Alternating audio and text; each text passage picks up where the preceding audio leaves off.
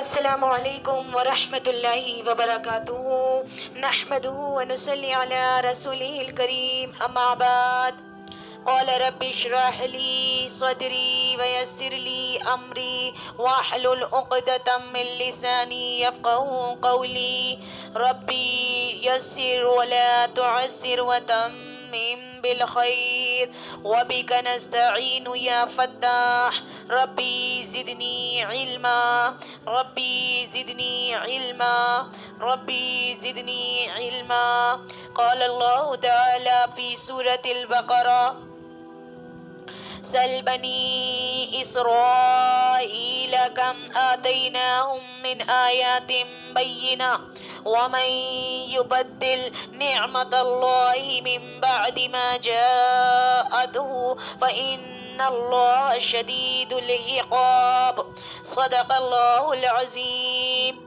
میری محترم بہنوں، دوستوں، ساتھیوں، دیکھیے اللہ تعالیٰ نے ہمارے اوپر بہت بڑا احسان اور اکرام فرمایا کہ اس نے ہمیں ایسی بابرکت محفل میں بیٹھنے کی توفیق عطا فرمائی۔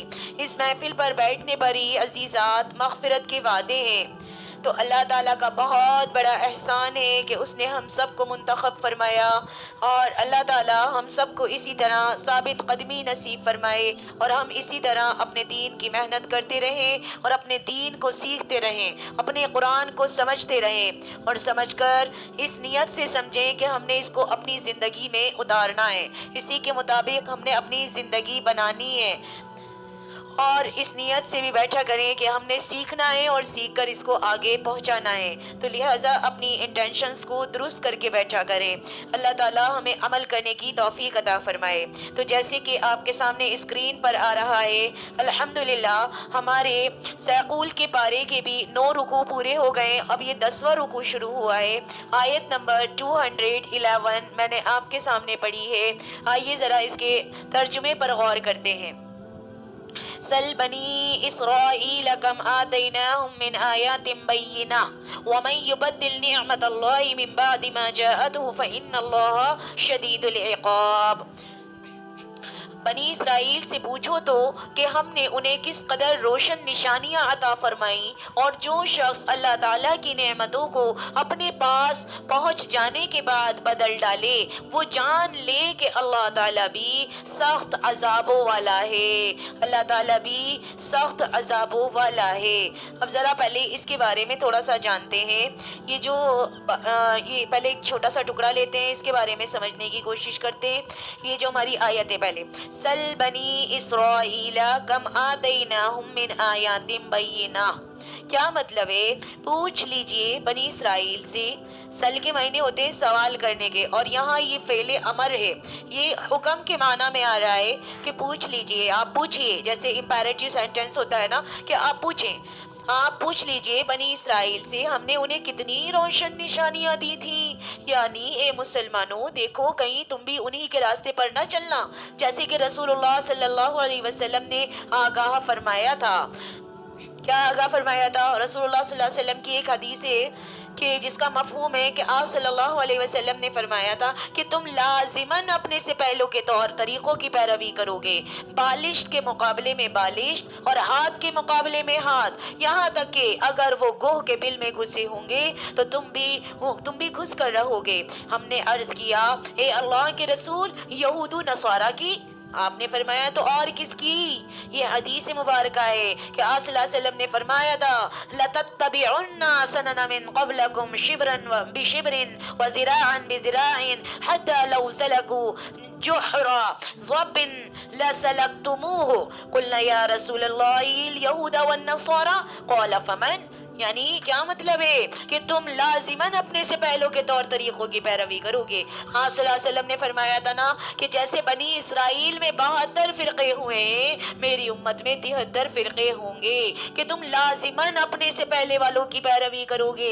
ذرا پوچھو تو صحیح بنی اسرائیلیوں سے کہ ہم نے انہیں کتنی روشن نشانیاں دی تھیں کہ اے مسلمانوں دیکھ لو کہیں تم بھی ان کے راستے پر نہ چل جانا، جیسے وہ بنی اسرائیل سوال کیا کرتے تھے کیسے انہوں نے نافرمانیاں کری ہیں اللہ تعالیٰ کی نعمتوں کی۔ تو یہاں پر وہی بات آپ صلی اللہ علیہ وسلم سمجھا رہے ہیں تفسیر میں، تفسیر یہی ہے کہ مطلب کہ تم دیکھو لازماً اپنے سے پہلوں کے طور طریقوں کی پیروی کرو گے۔ یعنی یہودی نصرانی کے طریقوں پر چلو گے جیسے وہ کرتے تھے. یہاں تک کہ بھی بتایا کہ اگر وہ گوہ کے بل میں گھسے ہوں گے تو تم بھی گھس کر رہو گے. اور ایک جگہ تو یہ آتا ہے کہ اگر اس میں سے کسی بدبخت نے اپنی ماں کے ساتھ زنا کیا ہوگا تو تم بھی اپنی ماں کے ساتھ زنا کرو گے. یہاں تک بتایا کہ اگر بنی اسرائیل میں 72 فرقے ہوئے، میری امت میں 73 فرقے ہونے ہیں، اور فرقہ وہی جنت میں جائے گا جو اللہ اور اس کے رسول کے مطابق ہوگا، جو اللہ اور اس کے رسول کی پیروی کرنے والا ہوگا، وَأَطِيعُوا اللَّهَ وَأَطِيعُوا الرَّسُولَ کرنے والا ہوگا، وہی کامیاب ہونے والا ہے. تو پیاری عزیزات، اللہ اور اس کے رسول نے کیا فرمایا ہے؟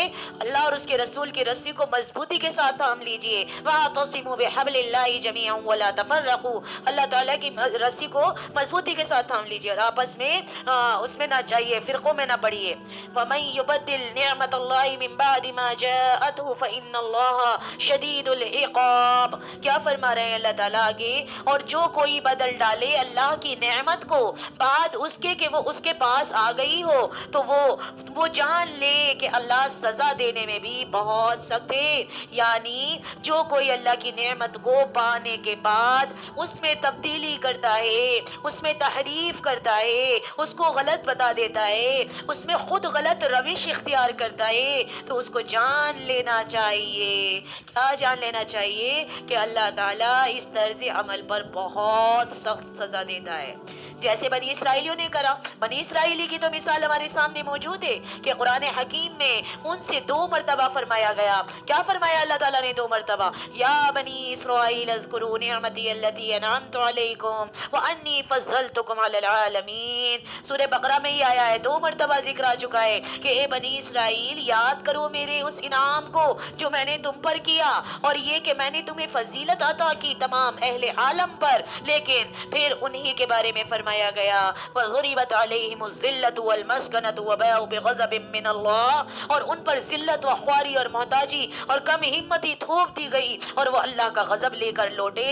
اور یہ کیوں ہوا؟ انہوں نے اللہ کی نافرمانی کری. یہ کس لیے ہوا عزیزات؟ انہوں نے اللہ کے احکاموں کو توڑا. یہ کس لیے ہوا؟ اللہ کی کتاب کے اندر انہوں نے رد و بدل کیا، اپنے پاس سے انہوں نے ملاوٹیں کری. تو کیا ہوا؟ کہاں تو یہ فضلتکم علی العالمین قوم کہلائی گئی کہ تمام جہانوں پر اس کو فضیلت دی گئی تھی. لیکن جب انہوں نے اللہ تعالیٰ کی ناشکری کری، اللہ تعالیٰ کی کتابوں کو بدل دیا، تحریف کر دیا اور امت کو دین سے دور کر کے رکھ دیا، ان امتوں نے اور اپنے نبیوں کو ناحق قتل کر دیا. تو پیاری عزیزات، انہوں نے بچڑے کو معبود بنا لیا، ان کے دلوں میں بچڑے کا تقدس پلا دیا گیا، بچڑے کی محبت ان کے دلوں میں پلا دی گئی. تو پھر انجام ان کا کیا ہوا؟ جیسے کہ ہم پڑھ آئے ہیں سورہ بقرہ کے پہلے اس میں نا 7ویں رکوع کے اندر کیا پڑھ کر آئے؟ وَضُرِبَتْ عَلَيْهِمُ الذِّلَّةُ وَالْمَسْكَنَةُ وَبَاءُوا بِغَضَبٍ مِّنَ اللَّهِ. یہ بس اللہ کا غضب لے کر لوٹے. ان پر ذلت اور خواری، محتاجی، کم ہمتی تھوپ دی گئی تھی. کس کی وجہ سے؟ کس کی وجہ سے؟ کیونکہ انہوں نے اللہ کی بہت ناشکری کری، انہوں نے اللہ کے نبیوں کو قتل کیا ہے. اتنا انہوں نے اتنے بڑے بڑے جرم کیے ہیں. اللہ کی طرف سے اتنی نعمتیں، اتنے انعامات انہیں دیے گئے، شکر تو کیا کرتے، انہوں نے ناشکری کی انتہا پار کر دی تھی. تو یہاں وہی بات آ رہی ہے کہ سل بنی اسرائیل کم آتیناہم من آیات بینہ. بنی اسرائیل سے پوچھو تو کہ ہم نے انہیں کس قدر روشن نشانیاں عطا فرمائیں. کتنی روشن نشانیاں کہ آسمان سے منہ سلوہ اتر رہا ہے، 40 سال تک مسلسل کھانا اترتا رہا. کتنی روشن نشانیاں کہ اللہ تعالیٰ نے ان کے لیے پانی کا انتظام صحرا کے اندر کر دیا. کتنی روشن نشانیاں کہ انہوں نے اتنے بڑے بڑے جرم کیے اور اللہ نے انہیں معاف کر دیا. انہوں نے موسیٰ علیہ السلام سے کہا کہ اے موسیٰ، ہم تیرے رب پر جب تک ایمان نہ لائیں گے، جب تک کھلا اعلانیہ اپنی آنکھوں کے سامنے نہ دیکھ لیں. اللہ کی ایسی بجلی کی کڑک، ایسی بجلی ان پر چمکی کہ یہ مر گئے، موت طاری ہو گئی. اور پھر اللہ تعالیٰ نے ان کے اوپر شکر کرا، ان کے اوپر احسان کرا. کیا کرا؟ اللہ تعالیٰ نے ان کے اوپر احسان کرا، انہیں زندگی دے دی، دوبارہ سے انہیں دوبارہ سے زندہ کر دیا. عزیزات، تو یہ احسان تو کیا کرتے، انہوں نے ناشکری کی انتہا کر دی تھی. اور مطلب کتنے ساری باتیں ہم پڑھ کر آئے کہ انہوں نے بچڑے کو معبود بنا لیا، شرک کر لیا، اللہ نے وہ بھی معاف کر دیا. تو اب انہیں فضیلت دی گئی تھی، لیکن اب آگے کیا فرمایا جا رہا ہے، اسکرین پر نظر رکھیے، وَمَن يُبَدِّلْ نِعْمَةَ اللَّهِ مِن بَعْدِ مَا جَاءَتْهُمْ فَإِنَّ اللَّهَ شَدِيدُ الْعِقَابِ کہ بنی اسرائیل سے پوچھو تو کہ ہم نے انہیں کس قدر روشن نشانیاں عطا فرمائی، اور جو شخص اللہ تعالیٰ کی نعمتوں کو اپنے پاس پہنچ جانے کے بعد بدل ڈالے، وہ جان لے کہ اللہ تعالیٰ بھی پھر سخت عذابوں والا ہے، یعنی اللہ تعالیٰ سے زیادہ عذاب دینے والا پھر کوئی نہیں ہوگا۔ تو عزیزات، یہ سوچنے کا مقام ہے، یہ ہمیں سمجھنے کی ضرورت ہے کہ دیکھیں کیسی کیسی بات بتائی جا رہی ہے کہ جنہوں نے اللہ تعالیٰ کی نعمت کو ہی بدل دیا۔ تو اب ہمارے پاس بھی تو اللہ تعالیٰ کی نعمتیں آئی ہیں، اللہ تعالیٰ نے اتنی نعمتیں، اتنے انعامات دیے ہیں، اور ہم نعمت ہونے کے باوجود اس کو ظاہر نہ کریں۔ اور سب سے بڑی نعمت ہمارے پاس عزیزات قرآن ہے، قرآن سے بڑی کوئی نعمت نہیں۔ آج تک ہم نے اس قرآن کو سمجھا ہی نہیں۔ جب ہم نہیں سمجھیں گے، ہم اس کی قدر نہیں کریں گے، ہم اس کو سینے سے نہیں لگائیں گے، ہم اس کے مطابق زندگی نہیں گزاریں گے، تو آپ دوسروں سے کیا ایکسپیکٹ رکھتی ہیں، دوسروں سے کیا توقع رکھتی ہیں کہ وہ ہمارے دین کو بچا لیں گے، وہ ہمارے قرآن کو بچا لیں گے؟ ارے جب مسلمان اس کی قدر نہیں کر رہے، تبھی تو غیر لوگ ہمارے اوپر حاوی ہو رہے ہیں۔ جب ہم نے اس کے قانون کو پیچھے ڈال دیا، جی بھئی قتال کرنا تو چلیں ہماری بس کی بات نہیں ہے، لیکن قرآن کے جو ویسے لا ہیں اس کو تو ہم مان سکتے ہیں جس میں ہمارا اختیار ہے۔ فار ایگزامپل نکاح کا جو طریقہ بتایا اللہ تعالیٰ نے، خاندانی نظام چلانے کا طریقہ بتایا اللہ تعالیٰ نے، اور وصیت کے قانون بتائے ہیں، روزے کے قانون بتائے ہیں، نماز کے قانون بتائے ہیں، جوا شراب سے بچنے کے بارے میں وعیدیں آ رہی ہیں، آگے طلاق کے مسائل آ رہے ہیں، خلا کے مسائل آ رہے ہیں، وصیت کے مسائل آ رہے ہیں، وراثت کے مسائل آ رہے ہیں۔ آپ ہی بتائیے ان میں ہمیں کون روک رہا ہے؟ ہمیں ان میں کون روک رہا ہے؟ ابھی ہم کل پڑھ کر گئے تھے ساری باتیں کہ مطلب کیا آپ انتظار میں ہیں کہ پھر اللہ تعالیٰ کا عذاب آ جائے؟ کیا ہم اللہ تعالیٰ کا کہنا نہیں مانیں گے؟ جب اللہ تعالیٰ کہتے ہیں کہ اے ایمان والو پورے کے پورے ایمان کے اندر داخل ہو جاؤ، اور بتا دیا گیا کہ شیطان آپ کا کھلا ہوا دشمن ہے، آپ نے اس سے بچنا ہے، فتنہ فساد سے بچنا ہے، ہر وہ شے آگے چل کر فتنہ کے بارے میں اور بات آ جائے گی کہ وہ ہر شے وہ فتنہ ہے جو آپ کو اللہ سے دور کر رہا ہے، ہر وہ نظام فتنہ ہے جو اللہ سے دور کر رہا ہے، اللہ کے قرآن سے دور کر رہا ہے۔ اللہ اور آپ کے درمیان کوئی حائل نہیں ہے۔ اللہ کا تعلق اپنے بندے سے ایسے ہوتا ہے براہ راست، جب بندہ سجدے میں جاتا ہے تو بالکل یہ محسوس کرے کہ اللہ مجھے دیکھ رہا ہے۔ کل ہم نے حدیث بھی پڑھی تھی کہ ہمیں ایسا احساس ہونا چاہیے، احسان کے بارے میں پڑھا تھا کہ احسان کیا ہے، ہمیں ایسا احساس ہونا چاہیے کہ ہم اللہ کو دیکھ رہے ہیں، اور اگر یہ کیفیت طاری نہ ہو تو پھر ہمیں ایسا محسوس ہونا چاہیے کہ اللہ تعالیٰ ہمیں دیکھ رہا ہے۔ نماز تو میری عزیزات اللہ سے براہ راست تعلق جڑواتی ہے، اللہ سے بالکل براہ راست ڈائریکٹ وے میں آپ اللہ سے بات کر رہے ہوتے ہیں، اللہ کی حمد و ثنا کر رہے ہوتے ہیں۔ اگر آپ نماز سمجھ کر پڑھ رہے ہیں تو یہ سمجھیے نماز میں جس ٹائم ہم کہتے ہیں نا سمیع اللہ لمن حمیدہ ربنا ولک الحمد، جب ہم یہ کہہ رہے ہوتے ہیں کہ سمیع اللہ لمن حمیدہ، کیا معنی ہے اس کے؟ اللہ نے اس کی سن لی جس نے اس کی تعریف کی، یعنی کہ اللہ نے آپ کی سن لی جس نے اس کی تعریف کی۔ تو ہم سمجھ کر پڑھیں نا، ہم جانیں تو صحیح، ہم اپنے نماز کو دیکھیں تو صحیح، تو ہر شے میں آپ کا تعلق اللہ سے جڑ رہا ہے، آپ نے اپنے آپ کو ڈائریکٹ اللہ سے جوڑنا ہے۔ اللہ تعالیٰ آپ کی شہرک سے بھی زیادہ قریب ہے، نحن اقرب الیہ من حبل الورید، اللہ تعالیٰ آپ کی شہرک سے بھی زیادہ قریب ہے۔ وَأَسِرُّوا قَوْلَكُمْ أَوِ اجْهَرُوا بِهِ، وہ آپ کی دل کی دھڑکنوں سے بھی واقف ہے، وہ سب جانتا ہے، کھلا چھپا سب اس کے علم میں ہے۔ تو پیاری بہنوں، سب سے پیاری نعمت ہمارے پاس، ساری نعمتیں اپنی جگہ ہیں، لیکن سب سے خوبصورت نعمت جو اللہ تعالیٰ نے ہمیں دی ہے وہ قرآن کریم ہے۔ کیوں؟ کیونکہ یہ ہمیں راستہ دکھاتا ہے، یہ ہماری رہنمائی کرتا ہے، یہ ہمیں اس طرح سے گائیڈ کرے گا جیسے اللہ تعالیٰ ہم سے چاہتے ہیں۔ اللہ تعالیٰ نے اس کتاب میں ہمارا ہی ذکر رکھا ہے، ہم سے پچھلوں کے بھی واقعات بتائے کہ جنہوں نے ہماری کہانی مانا، ہمارے خلاف گئے، ان کا انجام کیا ہوا، وہ مٹا دیے گئے، وہ قوم لوط، وہ قوم سبا، وہ قوم عاد، وہ قوم فرعون، سب مٹا دیے گئے کیونکہ ان لوگوں نے حد سے تجاوز کری۔ پچھلوں کے واقعات بتائے جاتے ہیں، اور میری پیاری عزیزات یہ ہمیں گائیڈ کرنے کے لیے آیا ہے، ہمیں رہنمائی کرنے کے لیے آیا ہے۔ تو ہم نے اس عظیم نعمت کا فائدہ ہی نہیں اٹھا رہے، ہم اس عظیم نعمت کو سمجھنے کی کوشش نہیں کر رہے، ہم اس عظیم نعمت کو حاصل کرنے کی کوشش نہیں کر رہے۔ یہ سب سے بڑی نعمت ہے میری بہنوں، اسی پر آپ کی نجات کا دار و مدار ہے، اسی قرآن کے اوپر آپ کی نجات کا دار و مدار ہے، یہی آپ کو راستہ دکھائے گا، یہی رشد و ہدایت کا پیغام ہے اس میں۔ تو اسی کو ہم نے سمجھنا ہے. ایک مرتبہ سمجھ نہیں آ رہا دوسری مرتبہ پڑھیں, دوسری مرتبہ سمجھ نہیں آ رہا تیسری مرتبہ پڑھیں, انشاءاللہ تعالیٰ یہ ذہن میں اتر آئے گا. اگلی آیت آ رہی ہے, بڑی غور و فکر کرنے والی آیات ہیں ساری, ذرا غور کریں. اللہ تعالیٰ کیا فرماتے ہیں؟ زُيِّنَ لِلَّذِينَ كَفَرُوا الْحَيَاةُ الدُّنْيَا وَيَسْخَرُونَ مِنَ الَّذِينَ آمَنُوا وَالَّذِينَ اتَّقَوْا فَوْقَهُمْ يَوْمَ الْقِيَامَةِ وَاللَّهُ يَرْزُقُ مَن يَشَاءُ بِغَيْرِ حِسَاب. کافروں کے لیے دنیا کی زندگی خوب زینت دار کی گئی ہے. کافروں کے لیے دنیا کی زندگی خوب زینت دار کر دی گئی ہے. وہ ایمان والوں سے ہنسی مذاق کرتے ہیں, حالانکہ پرہیزگار لوگ قیامت کے دن ان سے اعلیٰ ہوں گے, ان سے اعلیٰ درجے پر فائز ہوں گے وہ لوگ. اللہ تعالیٰ جسے چاہتا ہے بے حساب روزی دیتا ہے. عزیزات کیا مطلب ہے؟ زینا کہتے ہیں سجا دینے کو, زینا کہتے ہیں خوبصورت بنا دینے کو. تو کیا کہتے ہیں اللہ تعالیٰ؟ زینا للذین کفروا, کفروا کہتے ہیں انکار کرنے والے کو. ٹھیک ہے, زینا اللہ تعالیٰ, اور آگے کہہ رہے ہیں الحیات الدنیا, ان کافروں کے لیے دنیا کی زندگی بڑی مزین کر دی گئی ہے, بڑی سجا دی گئی ہے, بڑی خوبصورت بنا دی گئی ہے.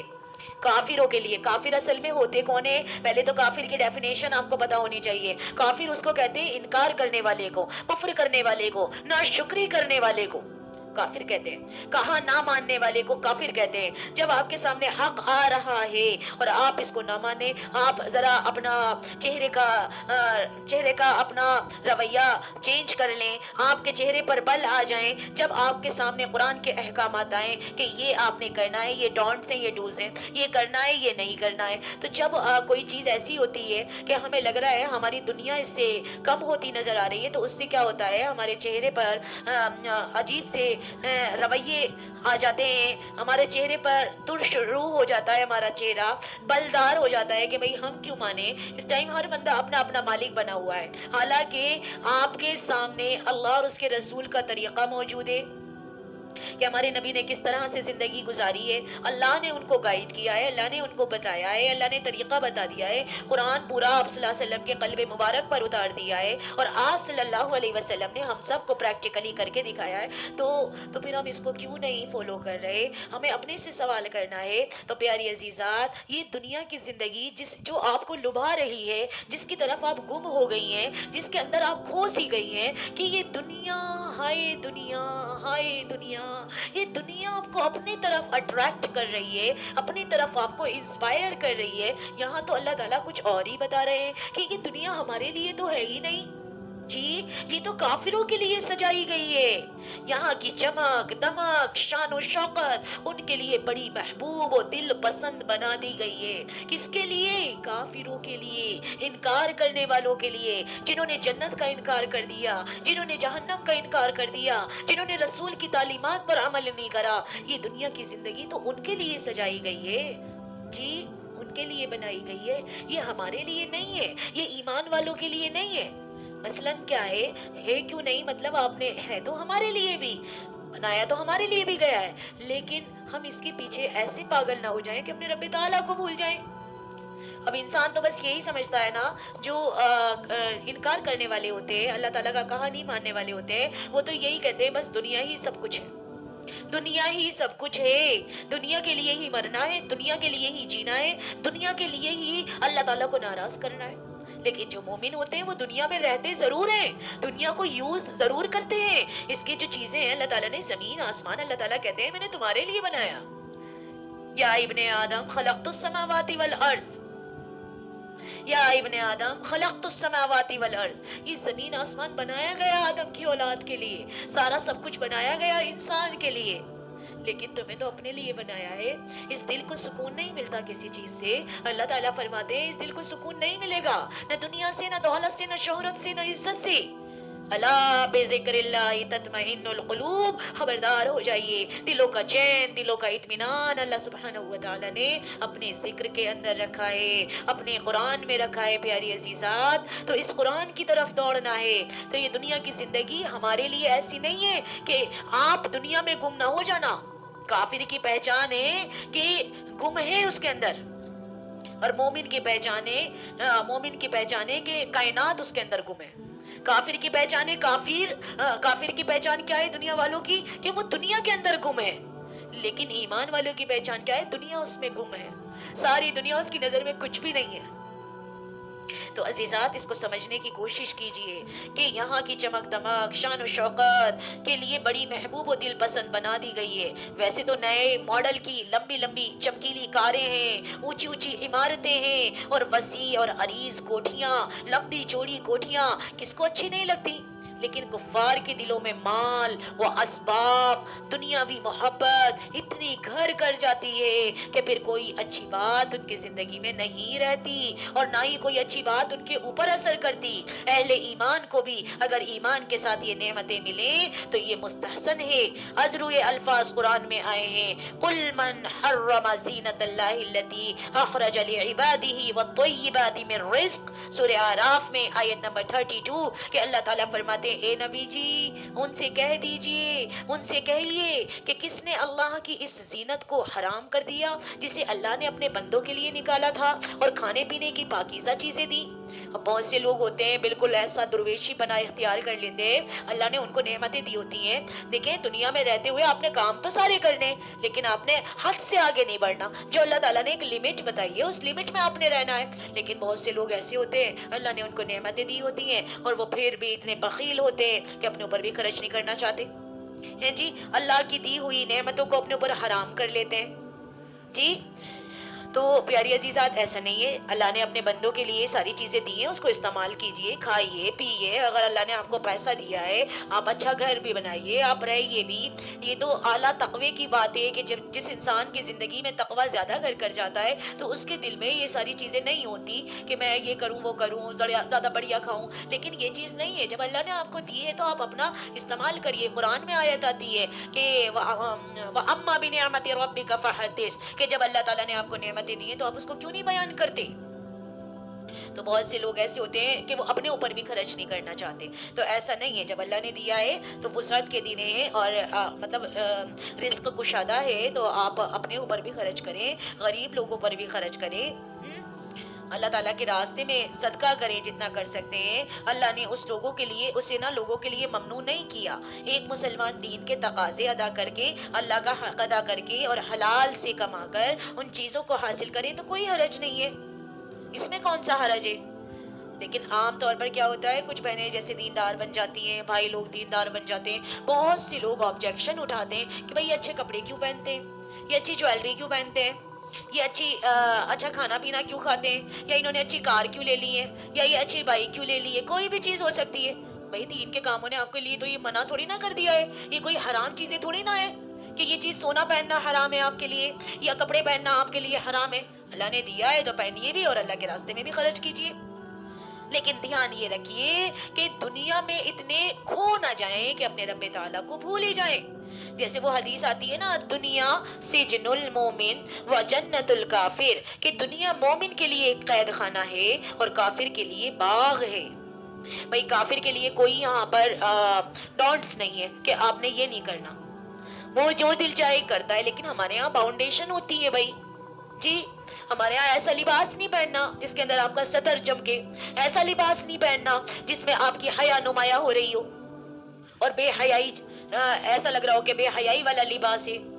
جی آپ نے حلال چیزیں ساری کھانی ہے، کوئی منع نہیں ہے، نماز کا وقت آ گیا ہے تو آپ نے فوراً نماز کے لیے کھڑا ہو جانا ہے۔ کافر انکار کرنے والے جو ہوتے ہیں وہ تو یہ سب کام نہیں کرتے، تو اب قدم قدم پر اب دیکھیں پردے کا حکم ہے، کافر تو نہیں پردہ کرتے، تو ہمارے لیے یہ رکاوٹیں ہیں تھوڑی سی کہ بھئی ہم دنیا میں رہتے ہوئے دیکھیں بھئی کس کا دل کرتا ہے بھئی اپنے منہ کو ڈھکنا، اپنے آپ کو اذیت میں ڈالنا، یا یہ گانے نہیں سننا، یا بڑیا پارٹیز میں نہ جانا، سب کا دل کرتا ہے نا جانے کے لیے، لیکن ہمارے ہاں یہ باؤنڈیشن ہے۔ باؤنڈیشن کیا ہے کہ آپ نے اپنے آپ کو کورڈ کرنا ہے، آپ نے اپنے آپ کو چھپانا ہے، آپ نے موسیقی نہیں سننی، آپ نے گانے نہیں سننے، یہ روح کی غذا نہیں ہے، ہماری روح کی غذا قرآن ہے، قرآن سے جڑنا ہے۔ تو قدم قدم پر اللہ تعالیٰ ہمیں گائیڈ کر رہے ہوتے ہیں جب ہم قرآن کو پڑھ رہے ہوتے ہیں، ایسا ہی ہوتا ہے نا۔ تو پیاری عزیزات تو گائیڈ تو جب ہی ہوگا نا، ہمیں راستہ تو جب ہی ملے گا جب ہم اس کو جاننے کی کوشش کریں گے، نہیں تو پتہ نہیں کتنے لوگ اسی طرح گمراہ ہو کر چلے گئے دنیا سے، اور کتنے چلے جائیں گے اگر ہم نے اس قرآن کو نہ سمجھا۔ تو بعض لوگ ایسے ہوتے ہیں، اب آگے یہی آیت آ رہی ہے کہ وَيَسْخَرُونَ وَيَسْخَرُونَ، یعنی یہ بولتے ہیں، مذاق اڑانے کے لیے آتا ہے یہ ورڈ وَيَسْخَرُونَ مِنَ الَّذِينَ آمَنُوا، اور وہ مذاق اڑاتے ہیں اہل ایمان کا۔ کون لوگ اڑاتے ہیں؟ کافر لوگ، انکار کرنے والے لوگ، یہ جو ہے نا عزیزات، یہ مذاق اڑاتے ہیں اہل ایمان کا۔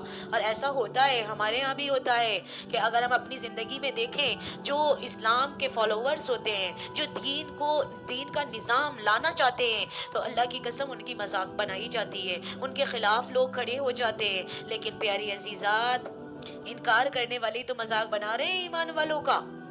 ایسے لوگ ایمان کی راہ اختیار کرنے والوں کا مذاق اڑاتے ہیں۔ ذرا ان پاگلوں کو، یوں کہتے ہیں، ان پاگلوں کو تو دیکھو، ان بے وقوفوں کو تو دیکھو۔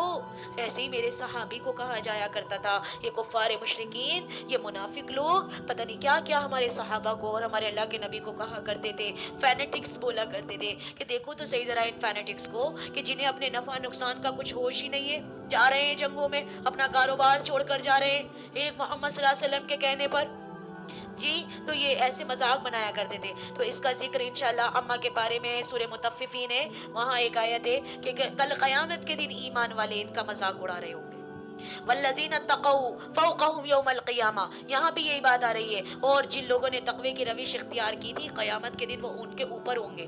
یعنی اہل ایمان کل تقوی والے لوگ فائدے میں ہوں گے، یہ تو لوگ نیچے طبقے میں جا رہے ہوں گے، یہ نیچے کے طبقے میں جا رہے ہوں گے، اور اہل ایمان جنت والوں میں شامل ہوں گے۔ اور وہاں بڑا مضمون کھل کر آیا ہے سورہ مطففین میں کہ وہاں یہ مذاق بنا رہے ہوں گے اہل ایمان ان کافروں کا، اور اس ٹائم وہ اپنا آپ مطلب خون کے آنسو رو رہے ہوں گے، کہیں گے کاش ہم دنیا میں ان لوگوں کی، ایمان والوں کی بات مان لیتے۔ وہ ان کافروں کے مقابلے میں عالی مرتبت اور عالی مقام میں ہوں گے۔ بلکہ یہاں پر سورہ مطففین جیسے میں بتا رہی ہوں کہ وہاں پر ذکر آیا ہے کہ جنت میں جانے کے بعد اہل ایمان کفار کا مذاق اڑائیں گے۔ کس کا مذاق اڑائیں گے عزیزات؟ کفار کا مذاق اڑائیں گے۔ واللہ یرزق من یشاء بغیر حساب، اور اللہ تعالی رزق عطا فرمائے گا جس کو چاہے گا بے حساب کتاب۔ یہ جنت کی طرف اشارہ ہے۔ اب پھر ایک طویل آیت آ رہی ہے، ایک طویل آیت آ رہی ہے، وہ کیا آیت ہے؟ سنیے، كان الناس أمة واحدة كان الناس أمة واحدة فبعث الله النبيين مبشرين ومنذرين وأنزل معهم الكتاب بالحق ليحكم بين الناس فيما اختلفوا فيه وما اختلف فيه إلا الذين أوتوه من بعد ما جاءتهم البينات بغيا بينهم فهدى الله الذين آمنوا لما اختلفوا فيه من الحق بإذنه والله يهدي من یشاء الی صراط مستقیم۔ دراصل لوگ ایک ہی گروہ تھے، دراصل لوگ ایک ہی گروہ تھے۔ اللہ تعالیٰ نے نبیوں کو خوشخبریاں دینے اور ڈرانے والا بنا کر بھیجا ہے۔ دراصل یہاں جو بات آ رہی ہے آدم علیہ السلام کے بارے میں بتائی جا رہی ہے کہ تمام انسان ایک ہی تو امت تھے، ایک ہی گروہ تھے۔ پہلے آپ یہاں پر ترجمہ کا مطالعہ کریں کہ دراصل لوگ ایک ہی گروہ تھے۔ اللہ تعالیٰ نے نبیوں کو خوشخبریاں دینے اور ڈرانے والا بنا کر بھیجا، ان کے ساتھ سچی کتابیں نازل فرمائیں تاکہ لوگوں کے ہر اختلافی امر کا فیصلہ ہو جائے، اور صرف انہی لوگوں نے جنہیں کتاب دی گئی تھی، جو اسے دیے گئے تھے، اپنے پاس دلائل آ چکنے کے بعد آپس کے بغض و عناد کی وجہ سے اس میں اختلاف کیا۔ اس لیے اللہ پاک نے ایمان والوں کی اس اختلاف میں بھی حق کی طرف اپنی مشیت سے رہبری کی، اور اللہ تعالیٰ جس کو چاہیں سیدھی راہ کی طرف رہبری کرتے ہیں۔ اللہ تعالیٰ جس کو چاہیں ان کو سیدھے راستے کی توفیق دیتے ہیں۔ ذرا اس کے بارے میں اور اچھے وضاحت کرتے ہیں، اس کو سنیے اچھے سے کہ اللہ تعالیٰ فرماتے ہیں کان الناس امۃ واحدہ۔ آیت پر غور کریں، کان الناس امۃ واحدہ، یعنی تمام انسان ایک ہی امت تھے۔ اس میں کوئی شک نہیں کہ ابتدا میں سب کے سب انسان ایک ہی امت تھے۔ تمام انسان حضرت آدم کی نسل سے ہیں، اور حضرت آدم نبی ہیں۔ امت تو ایک ہی تھی جب تک ان میں گمراہی پیدا نہیں ہوئی، اختلافات پیدا نہیں ہوئے، شیطان نے کچھ لوگوں کو نہیں ورغلایا، اس وقت تک تمام انسان ایک ہی امت تھے، ایک ہی امت تھے۔ اب یہاں پر کیا کہتے ہیں، ایک ہی امت تھے نا، تو اب لیکن پھر اختلافات بڑھے، کیسے کیسے بڑھے؟ آپ کو پتہ ہے حضرت آدم علیہ السلام کے دو بیٹے تھے، پتہ ہے ایک تھے حابیل اور دوسرا تھا قابیل. حابیل بڑا نیک تھا, قابیل جو ہے بڑا نافرمان تھا. یہاں سے اختلافات شروع ہوئے تھے. تو پھر کیا ہوا, کچھ لوگوں نے گمراہی کی روش اختیار کر لی تھی جی, کچھ لوگ نیک سیرت بن گئے. تو اسی طرح سے یہ دنیا کے اندر کفر برپا ہوتا چلا گیا. کچھ لوگ شیطان کے بہکائے میں آتے چلے گئے, کیونکہ اس نے وعدہ کرا تھا اللہ تعالیٰ سے کہ میں اولاد آدم کو بہکاتا ہی رہوں گا, اور آپ دیکھنا میں ان کو جنت میں جانے نہیں دوں گا. میں انہیں دائیں سے بائیں سے آگے سے پیچھے سے اوپر سے نیچے سے سب جگہ سے وار کروں گا, اور ان کو جنت میں جانے نہیں دوں گا. تو پیاری عزیزات, ہم نے یہ دیکھنا ہے شیطان کہاں سے رہا ہے ہمارے پاس, حملہ اس کا کہاں سے ہو رہا ہے, کس جگہ سے ہو رہا ہے. اس جگہ کو ہی ختم کر ڈالو نا, اس کو ہی ختم کر ڈالو, اس جگہ کو, کہ مطلب وہاں سے گھس نہ پائے شیطان.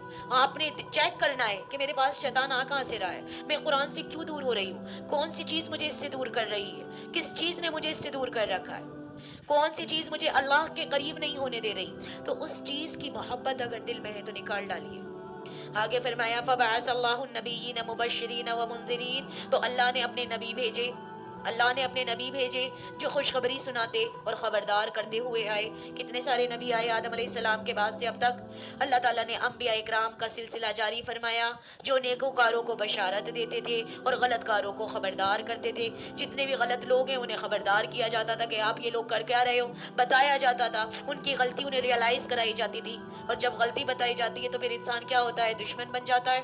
ایسا ہی ہوتا ہے نا. لیکن جن کے اندر انسانیت پائی جاتی ہے عزیزات, وہ ایکسیپٹ کرتے ہیں. آدمیت کے معنی کیا ہیں, آدمیت جس کے اندر پائی جاتی ہے وہ اپنی غلطی کو ریئلائز کر کے ایکسیپٹ کر لیتا ہے. اگر کوئی اس کو غلطی کو ریئلائز کرا رہا ہو کہ دیکھیں بھئی آپ غلط راستے پر ہیں, تو وہ اس کو ایکسیپٹ کر لیتا ہے. اور ایک انسان ہر ٹرمی پر آ جائے, تو شیطان کے اندر یہ چیز پائی گئی تھی, کبر پایا گیا تھا, بڑائی پائی گئی تھی کہ میں نہیں جھکوں گا آدم کے آگے, میں نہیں سجدہ کروں گا. اصل حکم تو اللہ رب العزت کا تھا, آدم نے تھوڑی نہ کہا تھا کہ تم نے میرے سامنے جھکنا ہے. تو آپ نے تو اللہ کی حکم کی فرما برداری کرنی تھی. تو شیطان نے کوئی جگہ ایسی نہیں چھوڑی تھی جہاں اللہ کا کہا نہ مانا ہو, جہاں اللہ کے لیے سجدہ نہ کرا ہو. یہاں اسے کس چیز نے کبر میں ڈال دیا, انا آ گئی تھی اس کے اندر, اور آدم علیہ السلام سے بھول ہو گئی ہے نا. یہ تو کتنے سال تک اپنے گناہوں پر نادم رہے ہیں. روایت میں آتا ہے کہ 300 سال کم و پیش حضرت آدم روئے ہیں اور دعائیں پڑھتے رہے, ربنا ظلمنا انفسنا وان لم تغفر لنا وترحمنا لنکونن من الخاسرین, کہ اللہ بے شک میں نے اپنی جان پر ظلم کیا ہے. ربنا ظلمنا انفسنا وان لم تغفر لنا, اگر تو نے مجھے نہیں بخشا, وترحمنا, اور تو نے میرے اوپر رحم نہیں فرمایا, ہمارے اوپر رحم نہیں فرمایا, کیونکہ دونوں تھے نا, حضرت آدم بھی اور حضرت حوا بھی. لنکونن من الخاسرین, اللہ تعالیٰ ہم خسارہ اٹھانے والوں میں سے ہو جائیں گے. تو یہ ہوتی ہے آدمیت. آدمیت انسانیت یعنی تسلیم کر لیتا ہے انسان. اور قرآن کا موضوع میں آپ کو بتاؤں, قرآن کا موضوع ہے انسان کی بھلائی. انسان کی بھلائی کے لیے قرآن آیا ہے. ہر چیز کا ایک موضوع ہوتا ہے, قرآن کا موضوع انسان کی بھلائی ہے. تو پیاری عزیزات, اللہ تعالیٰ نے اپنے فرشتوں کو, اپنے نبیوں کو بھیجتے رہے اللہ تعالیٰ, کہ جو نیکوکاروں کو بشارت دیتے تھے اور غلط کاروں کو خبردار کرتے تھے. اب ہمارے یہاں معروف کام تو سبھی کر رہے ہیں, امر بالمعروف, بھلائی کا حکم تو سبھی کر رہے ہیں, بھئی برائی سے بھی تو روکنا ہے نا. جو شخص برائی میں پڑ گیا, پڑ گئی, اس کو برائی سے کیسے نکالنا ہے, اس کو سمجھایا جائے پیار سے. اور جو آپ کے ماتحتی میں آتے ہیں ان کے ساتھ تو زبردستی بھی کی جائے گی. بھائی بتایا جائے گا کہ آپ غلط ہیں, آپ غلط کام کر رہے ہیں, آپ غلط راستے پر ہیں, ان کو ریئلائز کرایا جائے گا. اور اس ریئلائز کرانے کے لیے چاہے آپ نے اب پیار سے, ہو سکتا ہے پیار سے, اور چاہے غصے والی روش اختیار کرنی پڑی تو غصے والی. مطلب ہم اپنی آنکھوں کے سامنے اپنے عزیز کو کیسے جہنم میں جاتے ہوئے دیکھ سکتے ہیں. کون سا دل ہے ہمارے پاس, کون سا کلیجہ ہے ہمارے پاس کہ ہمارے بچے, ہماری برادری, ہمارے رشتہ دار, ہمارے مسلمان بہن بھائی غلط کاموں کے اندر ڈوبے ہوئے اور ہم برداشت کریں. کم سے کم اپنے گھر میں کام شروع کریں, اپنے گھر سے پھر پڑوس پر آئیں, پھر اس سے آگے آئیں, پھر جہاں تک اللہ لیتا چلا جائے اپنی برادری میں کام شروع کریں. سب جگہ اللہ کے دینی دین پھیلنا چاہیے, اللہ کا نظام, اللہ کا قانون. اور ایسی جگہ اپنے شرکت ہی نہیں کرنی جو اللہ اور اس کے رسول کے خلاف کام ہو.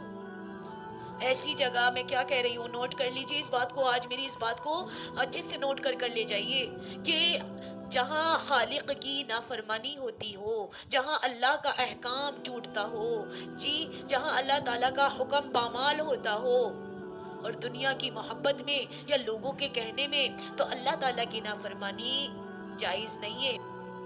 اللہ تعالیٰ کی نافرمانی میں کسی مخلوق کی اطاعت جائز نہیں ہے عزیزات، اللہ تعالیٰ کی نافرمانی میں کسی بھی مخلوق کی اطاعت جائز نہیں ہے۔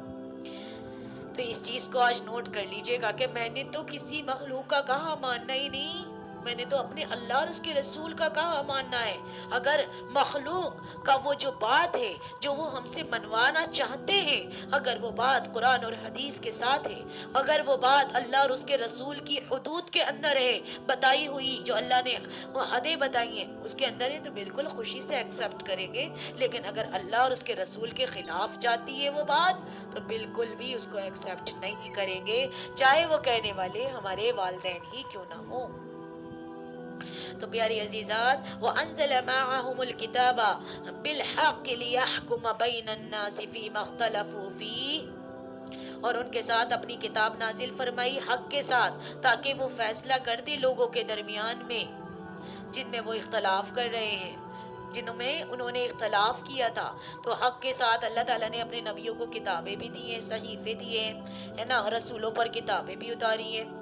وَمَا اخْتَلَفَ فِيهِ إِلَّا الَّذِينَ أُوتُوهُ مِن بَعْدِ مَا جَاءَتْهُمُ الْبَيِّنَاتُ بَغْيًا بَيْنَهُمْ، اور کتاب میں اختلاف نہیں کیا مگر انہی لوگوں نے اختلاف کیا کتاب میں۔ کس نے میری پیاری بہنوں؟ جنہوں نے جو اپنی زدہ میں آ گئے، انہی لوگوں نے اختلاف کیا ہے، اور کتاب میں اختلاف نہیں کیا مگر صرف انہی لوگوں نے جنہیں یہ دی گئی تھی، اس کے بعد ان کے پاس روشن ہدایات آ چکی تھی، مطلب لیکن آپس میں یہ زدہ کے سبب میں، یعنی وہ بغیم کا جو لفظ آیا تھا نا پہلے، اس کو نوٹ کر لیجئے، یہ آیت نمبر 90 میں بھی آیا تھا، یہ آیت نمبر 90 کے اندر یہ لفظ آیا تھا بغیم، اور یہاں پر بھی یہی بات آ رہی ہے کہ انہوں نے اختلاف کیا، بغیم کا لفظ ہے، اسکرین پر آپ غور سے دیکھیے۔ تو وہاں پر بھی وضاحت کری تھی میں نے، وہاں پر بتایا تھا آپ کو اختلاف کا اصل سبب ہے زدہ والا رویہ، انسان میں غالب ہونے کی جو طلب اور امنگ ہوتی ہے، the urge to dominate موجود ہے، وہ حق کو قبول کرنے میں جلدی سے نہیں ہوتے ہیں، حق کو قبول کرنے میں کیا کرتے ہیں، مزاحم ہو جاتی ہے ان کو، دوسرے کی بات ماننا نفس سے انسانی پر بہت گرا گزرتا ہے، کہ میں کیوں آپ کی بات مانوں، ایسا ہی ہوتا ہے نا، اگر کسی سے کہا جاتا ہے میں کیوں آپ کی بات مانوں، فوراً تو یہ بات آتی ہے زبان پر، تو کیونکہ کسی کی بات ماننا انسان کے نفس پر بڑا گرا گزرتا ہے، آدمی کہتا ہے میں اس کی بات کیوں مانوں، یہ میری کیوں نہ مانے، انسان کے اندر جہاں اچھے میلانات رکھے گئے وہاں بری امنگیں اور میلانات بھی پائے جاتے ہیں، انسان کے باطن میں حق اور باطل کی ایک کشاکش چلتی ہے، حق کہتا ہے کہ اس کو تسلیم کر لے، باطل کہتا ہے اندر کا جو باطل ہوتا ہے وہ کہتا ہے نہیں نہیں بڑا نقصان ہو جائے گا، اگر پردہ کیا تو بڑا نقصان ہو جائے گا، تمہاری تو ساری خوشیاں ہی کم ہو جائے گی، پتہ نہیں کس طرح سے، اگر اللہ کے حکم کا یہ والا کہا مانا تو یہ نہیں ہوگا، اگر جھوٹ بولنا چھوڑ دیا تو کاروبار نہیں چلے گا۔ آپ دیکھیں اگر تم نے سچ بولا تو مطلب اندر دو چیز ہوتی ہے نا، ایک انسان کے اندر پازیٹیوٹی پائی جاتی ہے، ایک نیگیٹیوٹی پائی جاتی ہے، ہر چیز کے اللہ سبحانہ و تعالیٰ نے دو پہلو بنائے ہیں، جب آپ کوئی کام کرنے جاتی ہیں آپ اپنے دل سے پوچھتی ہیں نا، تو آپ دیکھیں ایک باطل جو ہوتا ہے جو رحمان کی طرف سے ہوتا ہے نا، کہ وہ جو آپ کا ایک ہوتا ہے کیا کہنا چاہیے، نفس امارہ، ایک ہوتا ہے نفس لوامہ جو ہے نا وہ آپ کو بار بار ملامت کرتا ہے، ارے تم غلط کر رہے ہو، ارے یہ صحیح نہیں ہے، ارے یہ صحیح نہیں ہے، لیکن نفس امارہ جو ہوتا ہے وہ خواہشات کو تابع ہوتا ہے، وہ خواہشات میں ڈوبا ہوا ہوتا ہے اور وہ بار بار اسے گناہوں کی طرف لے کر جاتا ہے۔ تو انسان اگر اپنے اندر جھانک کر دیکھے، حق اور باطل کی کشاکش چلتی ہے، ایک طرف سے صحیح سوال کا جواب آتا ہے، ایک طرف سے غلط جواب آتا ہے، ایک طرح سے ایسا لگتا ہے اگر میں نے اللہ کا کہا مان لیا دنیا روٹ جائے گی، جو اللہ کا کہا ماننے کا جو خیال آتا ہے وہ آپ کو کیا کہتے ہیں آپ کے جو حق کی طرف لے جانے کا پیغام ہے، اور جو دوسری طرف خیال آ رہا ہے کہ یہ اگر میں نے اللہ کا کہا مانا تو بڑا نقصان ہو جائے گا، بھئی ایسا ہو جائے گا، وہ ہو جائے گا، لوگ یہ کہیں گے، لوگ ویسے کہیں گے، یعنی جو چیز آپ کو پھر وہ روک رہی ہے، اللہ تعالیٰ سے دور کر رہی ہے، وہ باطل ہے، وہ باطل ہے۔ تو ان دونوں کی اندر کشاکش ہوتی ہے، لڑائیاں ہوتی ہے۔ تو اس طرح کی کشاکش خارج میں بھی چلتی ہے، خارج میں بھی چلتی ہے۔ تو فرمایا جب انسانوں میں اختلافات رونما ہو جائیں تو اللہ تعالیٰ نے اپنے نبیوں کو بھیجا ہے پھر، جو مبشر اور منذر بن کر آتے ہیں، ڈرانے والے اور مبشر بشارت دینے والے۔ تو ظاہر میں بھی ہوتا ہے، اب دیکھیں، اب ایک انسان ظاہر ہے نا، ایک حق کی محنت کر رہا ہے، ایک باطل کی محنت کر رہا ہے، ظاہر میں بھی تو ہو رہا ہے نا۔ ایک انسان ہے کہ وہ ایک اللہ کے راستے کی طرف بلا رہا ہے، آپ کو قرآن کی طرف کھینچ کر لے کر آ رہا ہے کہ قرآن اللہ کا کلام ہے، قرآن سے جڑیے، اس میں آپ کو ایسا لگے گا کہ اللہ تعالیٰ ہم سے براہ راست بات کر رہے ہیں۔ ایک انسان آپ کو دنیا کی طرف کھینچ کر لے کر جا رہا ہے، بات اس کی بھی ہے لیکن آپ کو نہیں پتا کہ وہ بات کہاں لے کر جا رہی ہے۔ ایک انسان آپ کو دین کی دعوت دے رہا ہوتا ہے، ایک انسان آپ کو دنیا کی دعوت دے رہا ہوتا ہے۔ اب بتائیے، اندر سے اب اندر کشاکش ہوگی، اندر کا باطل، اندر کا حق، وہ دونوں طرف سے کیا ہوگا؟ حق کہے گا کہ اللہ کے راستے کو ایکسیپٹ کرو، اللہ کے راستے پر چلو، لیکن باطل اندر سے کہے گا نہیں نہیں، بڑے نقصان اٹھانے پڑیں گے، بڑی ذمہ داریاں آ جائیں گی، بڑی بڑی خواہشاتوں کو چھوڑنا پڑ جائے گا۔ حق کے راستے پر آنا ہے تو پھر ٹیسٹ تو ہوگا نا، اللہ تعالیٰ ٹیسٹ تو لیں گے نا۔ جس طرح سے ایک سنار کو پتا ہوتا ہے، جوہری کو پتا ہوتا ہے کہ یہ سونا ہے، جب سونا بیچنے کے لیے اس کے پاس جاتا ہے کوئی راہگیر، کوئی کیا کہتے ہیں کسٹمر جاتا ہے، تو عزیزات وہ کیا کرتے ہیں، انہیں پتا بھی ہوتا ہے کہ یہ سونا ہے، پھر بھی کسوٹی پر گھس گھس کر دیکھتے ہیں کیا واقعی سونا ہے یا نہیں۔ تو کیا اللہ تعالیٰ ہمارے ایمان کا ٹیسٹ نہیں لیں گے؟ کیا ہمارے اوپر حالات نہیں آئیں گے؟ اللہ تعالیٰ آپ کو آزمائیں گے، ہر طرح کے آگے آ جائے گا، ذکر اس کے اندر ہی آ جائے گا کہ پہلے لوگ کیسے کیسے ستائے گئے ہیں، ہمارے اوپر تو ابھی وہ حالات ہی نہیں آئے کہ ہم گھبرا جاتے ہیں تھوڑے سے حالات کے اندر ہی۔ تو آگے اللہ تعالیٰ پھر یہی فرماتے ہیں میری بہنوں، کیا فرما رہے ہیں اللہ تعالیٰ کہ فَهَدَى اللَّهُ الَّذِينَ آمَنُوا لِمَا اخْتَلَفُوا فِيهِ مِنَ الْحَقِّ بِإِذْنِهِ، بس اللہ نے ہدایت بخشی ان لوگوں کو جو ایمان لائے اس حق کے معاملے میں جس میں لوگوں نے اختلاف کیا تھا اپنے حکم سے۔ وَاللَّهُ يَهْدِي مَن يَشَاءُ إِلَى صِرَاطٍ مُسْتَقِيمٍ۔ کیا خوبصورت آیت ہے، ہر آیت میرے اللہ کی ایسی لگتی ہے، دل پر جا کر ایسا اثر انداز کرتی ہے کہ میرا اللہ ہم سے کیسے کہہ رہا ہے، ایک ایک امت کے ایک ایک فرد سے کہہ رہا ہے۔ اس میں کوئی یہ نہیں کہ میں اللہ کی خاص ہوں، آپ اللہ کی خاص نہیں ہیں، یقیناً آپ بھی اللہ کی خاص بندیاں ہیں۔ ہر وہ انسان اللہ کا خاص ہے جو اللہ کی قرآن کو پڑھ رہا ہے۔ اللہ تعالیٰ اپنے اہل ایمان سے بات کر رہے ہیں کہ اللہ ہدایت دیتا ہے، اللہ ہدایت دیتا ہے جس کو چاہتا ہے سیدھے راستے کی طرف۔ آپ ماشاءاللہ ساری ایمان والی ہیں بہنیں، ماشاءاللہ ایمان والے تو ہمارے سارے بہن بھائی ہیں، انہیں صحیح طریقے سے ہم لوگوں نے دعوت نہیں دی۔ اگر ہم لوگ ان لوگوں کو قرآن سے دعوت دیں، اللہ کی قسم قرآن غالب ہو کر رہے گا، اللہ کی قسم قرآن کا رائج، قرآن کا حکم رائج ہو کر رہے گا پوری دنیا کے اندر۔ الجہاد ماضٍ الی یوم القیامہ، میرے نبی کی حدیث ہے کہ جہاد تو قیامت تک چلتا رہے گا۔ میرے نبی کا طریقہ یہ قرآن حق ہے جس کے بارے میں اللہ نے سورہ حجر میں فرمایا کہ اِنَّا نَحْنُ نَزَّلْنَا الذِّكْرَ وَإِنَّا لَهُ لَحَافِظُونَ، ہم ہی نے اس قرآن کو اتارا ہے اور ہم ہی اس کی حفاظت کے ذمہ دار ہیں، اور ذمہ داری بھی ایسی لیے آج تک کوئی اس کے اندر زبر زیر پیش بھی چینج نہ کر سکا۔ میری بہنوں کہاں دنیا والوں کی باتوں میں ہم لوگ آ رہے ہیں، ہم نے اپنے دین کو دیکھنا ہے، ہم نے اپنے قرآن کو دیکھنا ہے اور قرآن کے مطابق اپنی زندگی کو ڈھالنا ہے۔ اب بڑی سخت آیت آ رہی ہے جو بڑی لرزا دینے والی آیت ہے۔ صحابہ اکرام میں سے ایک بڑی تعداد مہاجرین کی تھی۔ کس کی تھی؟ کس کی تھی؟ ذرا مائنڈ میں اس کو دہرائیں، مہاجرین۔ مہاجرین کون؟ ہجرت کرنے والے۔ ہجرت کرنے والے کون؟ جو سارے صحابہ کو مکہ میں ستایا گیا اور وہ لوگ آپ صلی اللہ علیہ وسلم کے کہنے پر ہجرت کر کر مدینہ چلے گئے، اپنے کاروبار چھوڑ کر چلے گئے، اپنے گھر بار چھوڑ کر چلے گئے۔ جی بڑی سخت آیت آ رہی ہے، یہ بڑی لرزا دینے والی آیت ہے۔ ایک بڑی تعداد مہاجرین کی تھی، جو مکہ کی سختیاں جھیل کر آئی تھی، ان کے لیے تو اب جو بھی مراحل آئندہ آنے والے تھے وہ بھی کوئی ایسے مشکل نہیں تھے۔ آپ کو پتا ہے ان والے صحابہ نے کتنی مشقتیں برداشت کری ہیں، کتنی اذیتیں جھیلی ہیں اپنی جانوں پر۔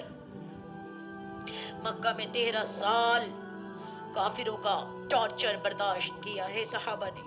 تو اب آگے جو بھی مراحل آنے والے تھے، کیونکہ اب یہ ساری یہاں پر نا کیا کہتے ہیں، آگے چل کر یہاں پر ذکر آئے گا غزوہ بدر کے بارے میں، ہے نا، تو وہی والی بات یہاں پر آ رہی ہے کہ اتنے مراحل جھیل کر آئے، ایسی پریشانیاں انہوں نے برداشت کری کہ آئندہ آنے والے وہ بھی کوئی ایسی مشکل نہیں تھی کہ جو بھی کوئی حالات آئیں گے ہم جھیلیں گے۔ سارے صحابہ تیار تھے، لیکن جو حضرات مدینہ منورہ میں ایمان لائے تھے، مدینہ منورہ میں کب ایمان لائے؟ جیسے حضور پاک صلی اللہ علیہ وسلم ہجرت کر آئے، تو جو لوگ مدینہ میں ایمان لے کر آئے یا پہلے بھی ایمان لے کر آ گئے تھے، کچھ لوگ پہلے بھی ایمان لے آئے تھے آپ صلی اللہ علیہ وسلم کے ہجرت کرنے سے پہلے، وہ بیعت عقبہ ہوئی تھی نا، بیعت ثانی ہوئی تھی، تو کچھ لوگ پہلے ہی ایمان لے آئے تھے، تو لیکن مدینے میں یہ ٹارچر نہیں تھا، مکے میں ہی تو ستایا جا رہا تھا۔ تو یہ انصاری صحابی کہلاتے ہیں، مدینے والے سارے انصاری کیوں کہلاتے ہیں عزیزات؟ انہوں نے مدد کری تھی سارے مہاجرین صحابہ کی۔ یہ چیز یاد کرنی ہے آپ کو، ہجرت کرنے والے کو کیا کہتے ہیں؟ مہاجر۔ کیا کہتے ہیں؟ مہاجر۔ اب جب بہت سارے ہوتے ہیں تو وہ مہاجرین کہلاتے ہیں۔ مدد کرنے والے کو کیا کہتے ہیں؟ ناصر۔ کیا کہتے ہیں؟ ناصر۔ اور جب بہت سارے مدد کرنے والے ہوتے ہیں، ظاہر ہے جتنے بھی مدینے میں صحابہ بن گئے تھے سب ایمان لے آئے تھے پہلے بھی اور آپ کے آنے کے بعد بھی، تو وہ سارے صحابی تو ہیں، لیکن صحابی کہلاتے ہیں انصاری صحابی۔ انصار یعنی بہت سارے۔ تو اب انصاریوں نے تو مشکلات نہیں جھیلی تھی، پریشانیاں نہیں جھیلی تھی کافروں کی۔ یہ جو ادھر مشرکین لوگ تھے مکہ والے، انہوں نے تو بہت اذیتیں ڈھائی ہیں نا صحاباؤں پر، لیکن مدینے والوں پر تو ایسا نہیں تھا کچھ بھی۔ تو ان کے لیے اب یہ نئی باتیں آ رہی ہیں یہاں پر کہ حضرات مدینہ منورہ میں ایمان لائے تھے جو لوگ یعنی انصار، ان کے لیے یہ نئی بات تھی۔ اس کے لیے انہوں نے وہ سختیاں نہیں جھیلی تھی جو مکہ کے مہاجرین نے جھیلی تھی۔ امید کرتی ہوں یہ بات سمجھ آ گئی ہوگی۔ مہاجرین اور انصار، مہاجرین نے بہت پریشانیاں جھیلی تھی، یعنی کہ اتنی جھیلی کہ نام ہی پڑ گیا مہاجرین صحابی، ہجرت کرنے والے، یعنی کہ اپنا گھر بار چھوڑ کر آ جانے والے۔ تو اب روئے سخن جو ہے خاص طور پر انہی کی طرف ہے، اگرچہ خطاب عام ہے، خطاب جو ہو رہا ہے وہ عام لوگوں سے ہو رہا ہے، تمام امت سے ہو رہا ہے، تمام جو بھی لوگ اس قرآن کو پڑھیں گے سب سے ہو رہا ہے، لیکن روئے سخن خاص اگر دیکھا جائے تو وہ مہاجرین کی طرف بات آ رہی ہے، انصار کی طرف، سوری۔ قرآن مجید میں یہ اسلوب عام طور پر ملتا ہے کہ الفاظ تو عام ہوتے ہیں لیکن روئے سخن کسی خاص طبقے کی طرف ہوتا ہے، بات کسی خاص طبقے کی طرف ہو رہی ہوتی ہے، یعنی وہی تعویل عام اور تعویل خاص کو ذہن میں رکھتے ہوئے۔ در حقیقت یہاں انصار کو بتایا جا رہا ہے کہ محمد الرسول اللہ پر ایمان لانا پھولوں کی سیج نہیں ہے۔ کیا آپ سوچ رہے ہو کہ پھولوں کی سیج ہے؟ یہاں پھر حالات آئیں گے، اللہ تعالیٰ آپ کو ٹیسٹ لے کر دیکھیں گے۔ تو یہاں عزیزات وہی بات سمجھائی جا رہی ہے۔ کیا ہے؟ ذرا آیت پر غور کریں، اس کا میں نے تھوڑا سا آیت کا پس منظر آپ کو بتانا چاہا ہے۔ کیا ہے؟ اب دیکھیں، ام حسبتم ان تدخلوا الجنۃ ولم یأتکم مثل الذین خلوا من قبلکم مستهم البأساء والضراء وزلزلوا حتى يقول الرسول والذین آمنوا معه متى نصر اللہ الا ان نصر اللہ قریب۔ کیا معنی ہے؟ کیا تم یہ گمان کیے بیٹھے ہو کہ جنت میں چلے جاؤ گے حالانکہ اب تک تم پر وہ حالات نہیں آئے جو تم سے اگلے لوگوں پر آئے تھے؟ انہیں بیماریاں اور مصیبتیں پہنچیں اور وہ یہاں تک جھنجھوڑے گئے کہ رسول اور اس کے ساتھ کے ایمان والے کہنے لگے کہ اللہ کی مدد کب آئے گی، اللہ کی مدد کب آئے گی۔ سن رکھو کہ اللہ کی مدد قریب ہے، اللہ کی مدد قریب ہے۔ کیا مطلب ہے عزیزات؟ پھر سے سمجھیے، ام حسبتم ان تدخلوا الجنہ، کیا تم نے یہ سمجھ رکھا ہے کہ یوں ہی جنت میں داخل ہو جاؤ گے؟ آپ اور ہم بھی تو یہی سمجھتے ہیں 5 ٹائم نماز پڑھ لینے سے جنت میں داخلہ ہو جائے گا۔ یہ پورا قرآن میں صرف 5 وقت کی نماز کا ذکر ہے، پورے قرآن میں صرف روزے کا ذکر ہے، زکوٰۃ کا ذکر ہے، حج کا ذکر ہے، 5 باتوں کا ذکر ہے، پورا قرآن بھرا ہوا ہے. جب آپ اس کا پڑھیں گی سمجھیں گی پتہ چلے گا یہ تو زندگی کا کچھ اور ہی رخ ہے اور ہم کسی اور رخ پر چل رہے ہیں. یہاں اللہ تعالیٰ کہہ رہے کیا تم نے یہ سمجھ رکھا ہے کہ یوں ہی جنت میں داخل ہو جاؤ گے؟ وَلَمَّا يَأْتِكُمْ مَثَلُ الَّذِينَ خَلَوْا مِن قَبْلِكُمْ، حالانکہ ابھی تک تمہارے اوپر وہ حالات، وہ واقعات وارد نہیں ہوئے جو تم سے پہلوں پر ہو گئے تھے. مَسَّتْهُمُ الْبَأْسَاءُ وَالضَّرَّاءُ وَالزُّلْزِلُوا، پہنچی ان کو سختی بھوک، بھوک کی سختی پہنچی، تکلیف، اور ہلا مارے گئے، ہلا دیے گئے وہ سارے کے سارے. حتیٰ یہاں تک کہ یقول الرسول والذین آمنوا معه متی نصر اللہ، یہاں تک کہ وقت کا رسول اور اس کے ساتھی اہل ایمان پکار اٹھے کہ کب آئے گی اللہ کی مدد. الا ان نصر اللہ قریب، اب انہیں یہ خوشخبری دے دیجئے، انہیں آگاہ کر دیجئے کہ یقیناً اللہ کی مدد قریب ہے. کیا مطلب ہے؟ یعنی اللہ تو اہل ایمان کو آزماتا ہے، آزماتا ہے کہ نہیں آزماتا، اسے کھرے کھوٹے کو الگ کرنا ہے یا نہیں کرنا. یہ وہی بات ہے جو اس سے پہلے ہم پڑھ کر آئے 19ویں رکوع کے اندر. کچھ یاد آ رہی ہے؟ اور یہ آیت تو میں بار بار پڑھتی ہوں. کیا پڑھتی ہوں؟ وَلَنَبْلُوَنَّكُمْ بِشَيْءٍ مِّنَ الْخَوْفِ وَالْجُوعِ وَنَقْصٍ مِّنَ الْأَمْوَالِ وَالْأَنفُسِ وَالثَّمَرَاتِ. آیت نمبر 155 سورہ بقرہ، پارہ نمبر 2 سیقول کا. اللہ تعالیٰ اس میں فرماتے ہیں ہم تمہیں لازماً آزمائیں گے، کس قدر خوف اور بھوک سے، مال و جان اور اس کے ثمرات کے نقصان سے. یہ کوئی پھولوں بھرا راستہ نہیں ہے، پھولوں کی سیج نہیں ہے، یہ حق کا راستہ ہے، یہ کانٹوں بھرا راستہ ہے. اس کے لیے ذہناً تیار ہو جائیے، پریشانیاں آئیں گی، اس راستے میں اللہ کی مدد ضرور آتی ہے. یہ شہادت گئے الفت میں قدم رکھنا لوگ آسان سمجھتے ہیں مسلمان ہونا.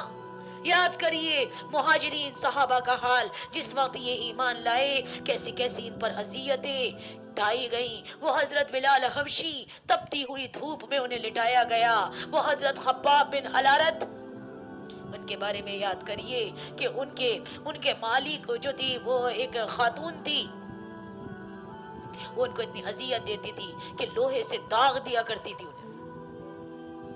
انہیں آگ پر لٹا دیا کرتی تھی. ایسی ایسی اذیتیں برداشت کری.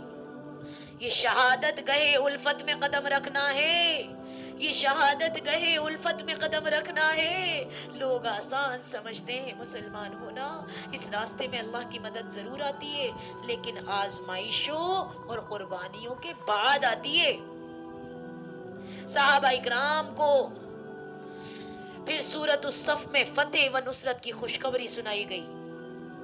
سورۃ الفتح کے اندر جب غزوہ احزاب واقع ہوا چکا تھا تو محمد رسول اللہ صلی اللہ علیہ وسلم اور آپ کے ساتھی اہل ایمان شدید ترین امتحان سے کامیابی کے ساتھ گزر چکے تھے.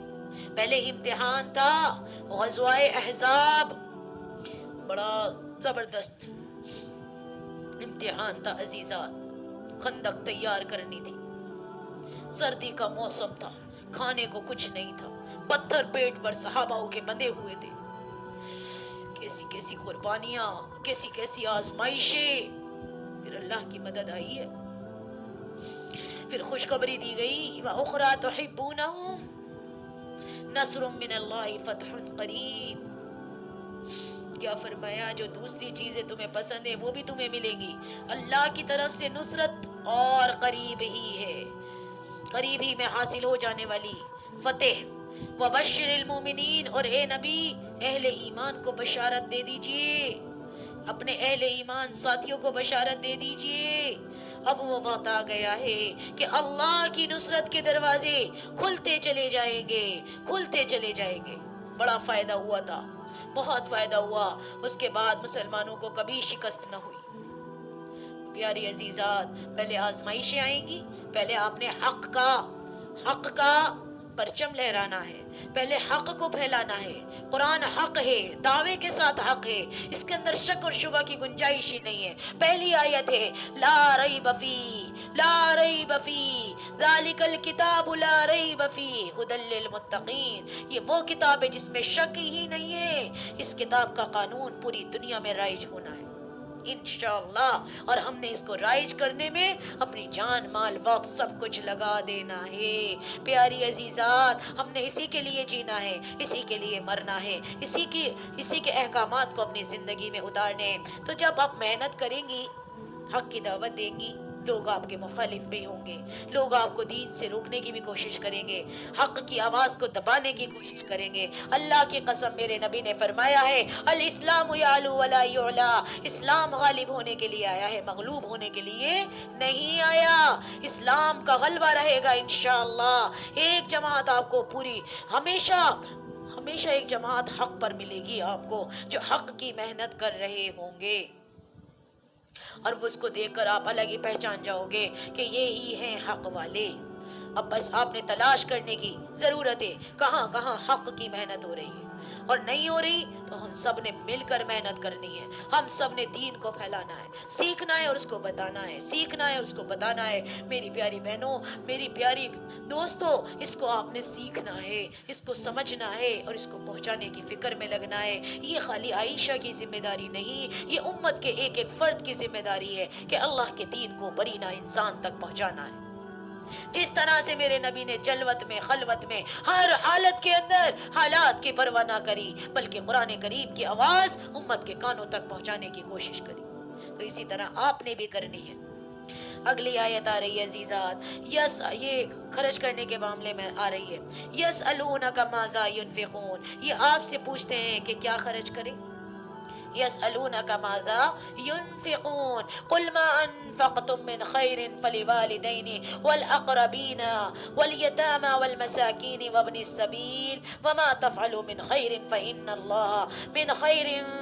اللہ به علیم۔ آپ سے پوچھتے ہیں کہ وہ کیا خرچ کریں، آپ کہہ دیجئے جو مال تم خرچ کرو وہ ماں باپ کے لیے ہے، اور رشتہ داروں اور یتیموں اور مسکینوں اور مسافروں کے لیے ہے، اور تم جو کچھ بھلائی کرو گے اللہ تعالیٰ کو اس کا علم ہے۔ جو بھی کچھ آپ بھلائی کرو گے اللہ تعالیٰ سب جاننے والا ہے، اللہ تعالیٰ کو سب معلوم ہے جو بھی آپ بھلائی کرو گے۔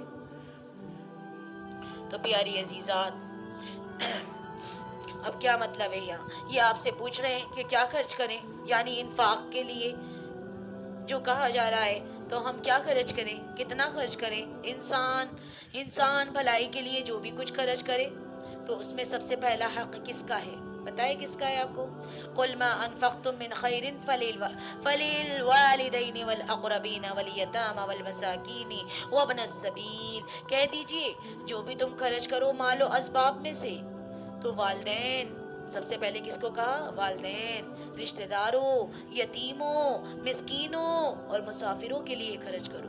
سب سے پہلا حق والدین کا ہے، اس کے بعد درجہ بدرجہ قرابت داروں کا ہے، یتیموں اور مسکینوں اور مسافروں کا حق ہے۔ سب سے پہلے کس کا بتایا عزیزات؟ اللہ تعالیٰ نے کس کا بتایا؟ والدین کا ہے۔ تو والدین پر جتنا چاہے آپ خرچ کر سکتی ہیں، کوئی آپ کو روکنے والا نہیں ہے۔ وَمَا تَفْعَلُوا مِنْ خَيْرٍ فَإِنَّ اللَّهَ بِهِ عَلِيمٌ، اور جو خیر بھی تم کماؤ گے اللہ اس سے اچھی طرح باخبر ہے۔ تم جو بھی اچھا کام کرو گے تو جان لیجئے کہ وہ اللہ کے علم میں ہے۔ ضرورت نہیں ہے کہ دنیا اس سے واقف ہو، کہ دنیا اس کو پہچانے میں نے کیا خرچ کیا، دنیا جانے کہ میں نے کیا خرچ کرا، ضرورت ہی نہیں ہے۔ اللہ سے اجر لینا ہے تو وہ تو رات کے اندھیروں میں بھی دیکھ رہا ہے۔ اگر آپ کا دائیں ہاتھ نے دیا ہے اور بائیں کو پتہ نہیں چلا تو اللہ کو تو پھر بھی پتہ ہے نا جی۔ اللہ کے خاطر نیکیاں جمع کریے، ہماری ہر نیکی اللہ کے علم میں ہے، ہماری ہر نیکی اللہ تعالیٰ کے علم میں ہے اور وہ اسے ضائع نہیں کرے گا۔ اب اگلی آیت میں قتال کا مضمون کا تسلسل ہے۔ سورۃ البقرہ کے نصف آخر کے مضامین کو 4 مختلف رنگوں کی لڑیوں سے تشبیہ دی تھی نا، جن کو بتایا گیا تھا کہ ایک جیسا بٹ لیا گیا ہے رسی کی طرح، چاروں رنگ کٹے پھٹے نظر آ رہے ہیں، کبھی بلو آ رہا ہے، کبھی ریڈ آ رہا ہے، کبھی یلو آ رہا ہے، کبھی گرین آ رہا ہے، لیکن اگر ان لڑیوں کو کھول دیا جائے تو ہر رنگ مسلسل نظر آئے گا کہ یہ تو پوری ایک لڑی ہے۔ اب پہلے بھی ہم قتال کا حکم پڑھ کر آئے تھے، اب یہاں پر بھی آ رہا ہے جی۔ کتب علیکم القتال وہو کرہ لکم. مسلمانوں اب یہ والی آیت آ رہی ہے، اس کو دیکھیں. کتب علیکم القتال وہو کرہ لکم وعسى ان تکرہوا شیئا وہو خیر لکم وعسى ان تحبوا شیئا وہو شر لکم واللہ یعلم وانتم لا تعلمون. تم پر جہاد فرض کر دیا گیا ہے، گوہ وہ تمہیں دشوار معلوم ہو، ممکن ہے کہ تم کسی چیز کو بری جانو، دراصل وہی تمہارے لیے بھلی ہو، اور یہ بھی ممکن ہے کہ تم کسی چیز کو اچھی سمجھو حالانکہ وہ تمہارے لیے بری ہو. حقیقی علم اللہ ہی کو ہے، تم محض بے خبر ہو. کیا بات آ گئی ہے. واضح رہے سورۃ البقرہ سے پہلے سورہ محمد صلی اللہ علیہ وسلم نازل ہو چکی ہے. سورہ محمد پڑھی ہے آپ نے؟ پڑھی ہوگی انشاءاللہ. قرآن پڑھنے والے سب بہنوں نے پڑھی ہے سورہ محمد. ٹھیک ہے، تو سورہ محمد پہلے نازل ہو چکی ہے سورہ بقرہ سے پہلے. آپ کو بتایا میں نے کہ سورۃ البقرہ یہ مدنی سورت ہے، مدینے میں جا کر نازل ہوئی ہے. ٹھیک ہے، اور یہ مصحف کے اعتبار سے دوسرے نمبر کی سورت ہے، لیکن ترتیب کے اعتبار سے دیکھا جائے، نزول کے اعتبار سے تو یہ مدینے میں جا کر سورت نازل ہوئی ہے عزیزات، مدنی سورت ہے. ٹھیک ہے، تو اب یہاں اس سے پہلے سورہ محمد نازل ہو چکی ہے، اس میں قتال کی فرضیت آ چکی ہے. سورہ محمد کا ایک نام اور ہے، اس کو سورۃ القتال بھی کہتے ہیں. سورہ محمد کو سورۃ القتال بھی کہتے ہیں. تو لہٰذا اس حوالے سے کچھ لوگ پریشان ہو رہے تھے، خاص طور پر منافقین. یہ کہتے تھے کہ بھائی صلح جوئی سے کام لو، بس دعوت و تبلیغ کے ذریعے سے لوگوں کو سیدھے راستے کی طرف بلاتے رہو، دعوت دیتے رہو، میٹھی میٹھی دعوت دیتے رہو، تبلیغ کرتے رہو، سیدھے راستے کی طرف بلاتے رہو، صلح سے کام لو. یہ جنگ و جدال اور لڑائی بھڑائی تو کوئی اچھا کام نہیں ہے. کون کہہ رہے ہیں؟ منافقین. اس میں تو بہت خرابی ہے. ان کے علاوہ ایسے مسلمان جن کا ایمان قدر کمزور تھا، اگرچہ وہ منافق تو نہیں تھے لیکن کچھ مسلمان ایسے بھی تھے جن کا ایمان کمزور تھا. کیا تھا عزیزات؟ کمزور تھا، لیکن ان کا ایمان ابھی پختہ نہیں تھا، ابھی تازہ ایمان لائے ہیں. ابھی بتایا نا آپ کو کہ انصاری لوگ کچھ ابھی تازہ ایمان لائے تھے مدینے میں کچھ لوگ، تو تربیت کے مراحل سے ابھی نہیں گزرے تھے. آپ صلی اللہ علیہ وسلم نے ان کی ایسی تربیت نہیں کری جیسے مہاجرین صحابہ کی ہوئی ہے. 13 سال مسلسل آپ صلی اللہ علیہ وسلم نے ان کی تربیت کی ہے، تو ان لوگوں کی ایسی تربیت نہیں ہوئی تھی. یہ تو بالکل ابھی بیچارے مدینے میں ابھی نئے ایمان لے کر آئے، تو ان کا ایمان ابھی کمزور تھا. جنگ میں جانا، لڑنا، اپنی جانوں کی قربانی دینا آسان بات تو نہیں ہے نا. تو ان میں سے بھی بعض لوگوں کے دلوں میں ایک انقباض سا پیدا ہو رہا تھا کہ یہاں قتال کی فرضیت کے لیے کتبہ کا لفظ آیا ہے. کیا لفظ ہے؟ کتبہ.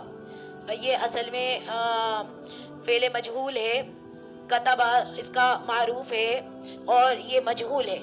یہ فرضیت کے معاملے میں آتا ہے.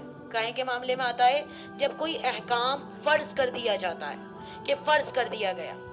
تو جیسے ابھی ہم پڑھ کر بھی آئے ہیں، پہلے بہت سارے جگہ ہم نے یہ پڑھا ہے کتبہ کا لفظ. روزے کے معاملے میں پڑھا، قصاص کے معاملے میں پڑھا، وصیت کے معاملے میں پڑھا.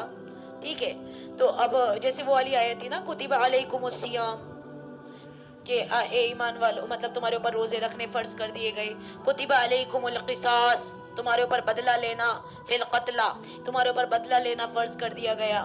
کتب علیکم اذا حضر احدکم الموت، یہ سارا ہم پڑھ کر آئے. ان طرح کا خیرن الوصیہ، کہ وصیت کے بارے میں، وصیت یہ تم پر فرض کر دی گئی، یہ سب ہم پڑھ کر آئے. فرمایا کہ اب جو حکم آ رہا ہے کتب علیکم القتال، فرمایا کہ تم پر جنگ فرض کر دی گئی ہے، وہ تمہیں بری لگ رہی ہے. اصل میں کیا تھا، اب یہ سارے صحابہ مکے میں اذیتیں برداشت کر رہے تھے. ٹھیک ہے، تو اب جب مدینے میں آئے تو اب یہاں پر ذہن بنایا جا رہا ہے کہ اب دیکھو غزوہ بدر ہوگی، اب جنگوں کے دور آ رہے ہیں نا. مدینے میں آ کر تو ساری جنگیں ہوئی ہیں. تو اب جو یہ مدینے والے صحابہ ہیں، جن کا ایمان ابھی پوری طرح سے نہیں بن پایا تھا، ابھی قدر کمزور ایمان تھا.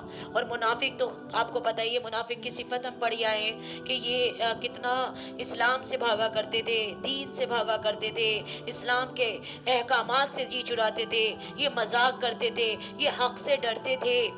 جی یہ چرب زبان ضرور ہوتے ہیں کہ منہ سے تو کہہ رہے ہوتے ہیں لیکن ان کے اندر نفاق بھرا ہوا ہوتا ہے. تو وہاں اب یہی بات آ رہی ہے کہ تم پر جنگ فرض کر دی گئی ہے، وہ تمہیں بری لگ رہی ہے. وَعَسَىٰ أَن تَكْرَهُوا شَيْئًا فَهُوَ خَيْرٌ لَكُمْ، اور ہو سکتا ہے کہ تم کسی شے کو ناپسند کرو، وہ تمہارے لیے بہتر ہو. وَعَسَىٰ أَن تُحِبُّوا شَيْئًا فَهُوَ شَرٌّ لَكُمْ، اور ہو سکتا ہے تم کسی چیز کو پسند کرو در حال یہ کہ وہی تمہارے لیے بری ہو. واللہ یعلم وانتم لا تعلمون، اور اللہ جانتا ہے تم نہیں جانتے. تم اپنی عقل پر ایمان رکھو، اللہ کی وحی پر ایمان رکھو، اللہ کے رسول پر ایمان رکھو. جس وقت کے لیے جو حکم موضوع تھا وہی تمہیں اللہ اور اس کے رسول کی طرف سے دیا گیا. یعنی جو وقت صحیح تھا وہی حکم اللہ تعالیٰ نے آپ کو دیا ہے. 14 برس تک تمہیں قتال سے منع کیا گیا، اس وقت تمہارے لیے وہی حکم تھا. کفوا ایدیکم، کہ اپنے ہاتھوں کو روکے رکھو. اب لیکن تم پر قتال فرض کیا جا رہا ہے، لہذا اب اس حکم پر سر تسلیم خم کرنا تمہارے لیے لازم ہے. اب تمہیں جھک جانا ہے، اب اللہ کے حکم کو پورا کرنا ہے.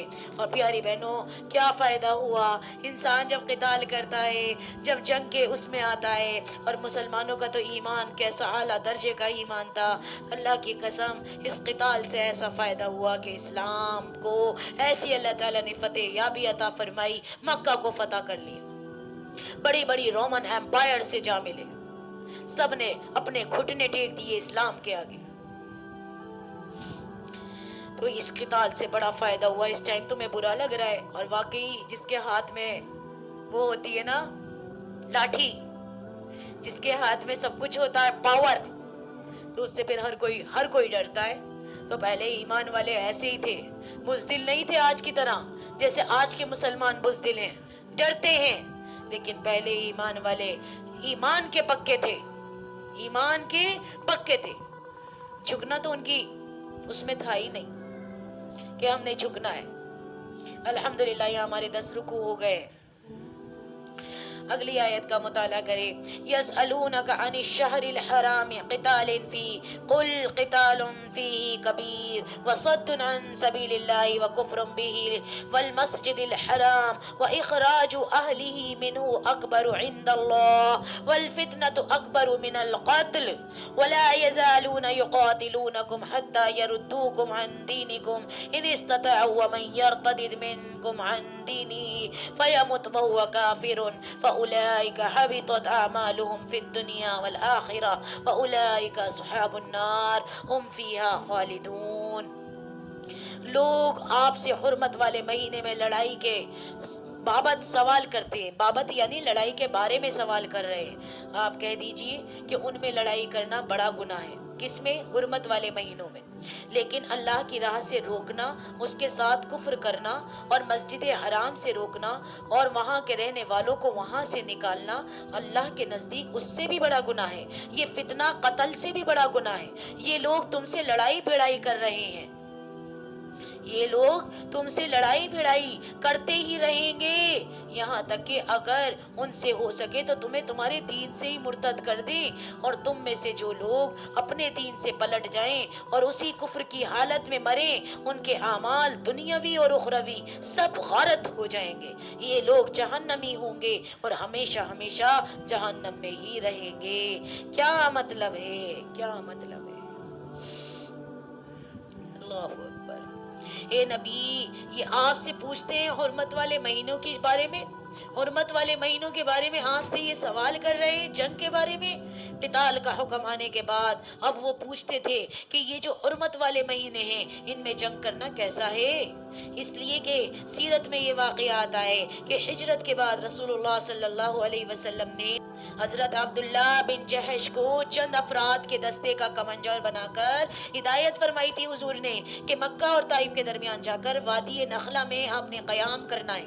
ایک جگہ ہے مکہ اور طائف کے درمیان کہ وہاں قیام کرنا ہے. قیام کے دوران وہاں قریش کے ایک مختصر سے قافلے کے ساتھ مٹبھیڑ ہو گئی اور مسلمانوں کے ہاتھوں ایک مشرک عمر بن عبداللہ الحضرمی مارا گیا. حضرمی مارا گیا. اس روز رجب کی آخری تاریخ تھی اور رجب کا مہینہ شہر مطلب وہی یہ حرمت والا مہینہ ہے. یہ ہجرت کے بعد پہلا خون تھا. یہ ہجرت کے بعد پہلا خون تھا عزیزات جو مسلمانوں کے ہاتھوں ہوا. اس پر مشرکین نے بہت واویلا کیا.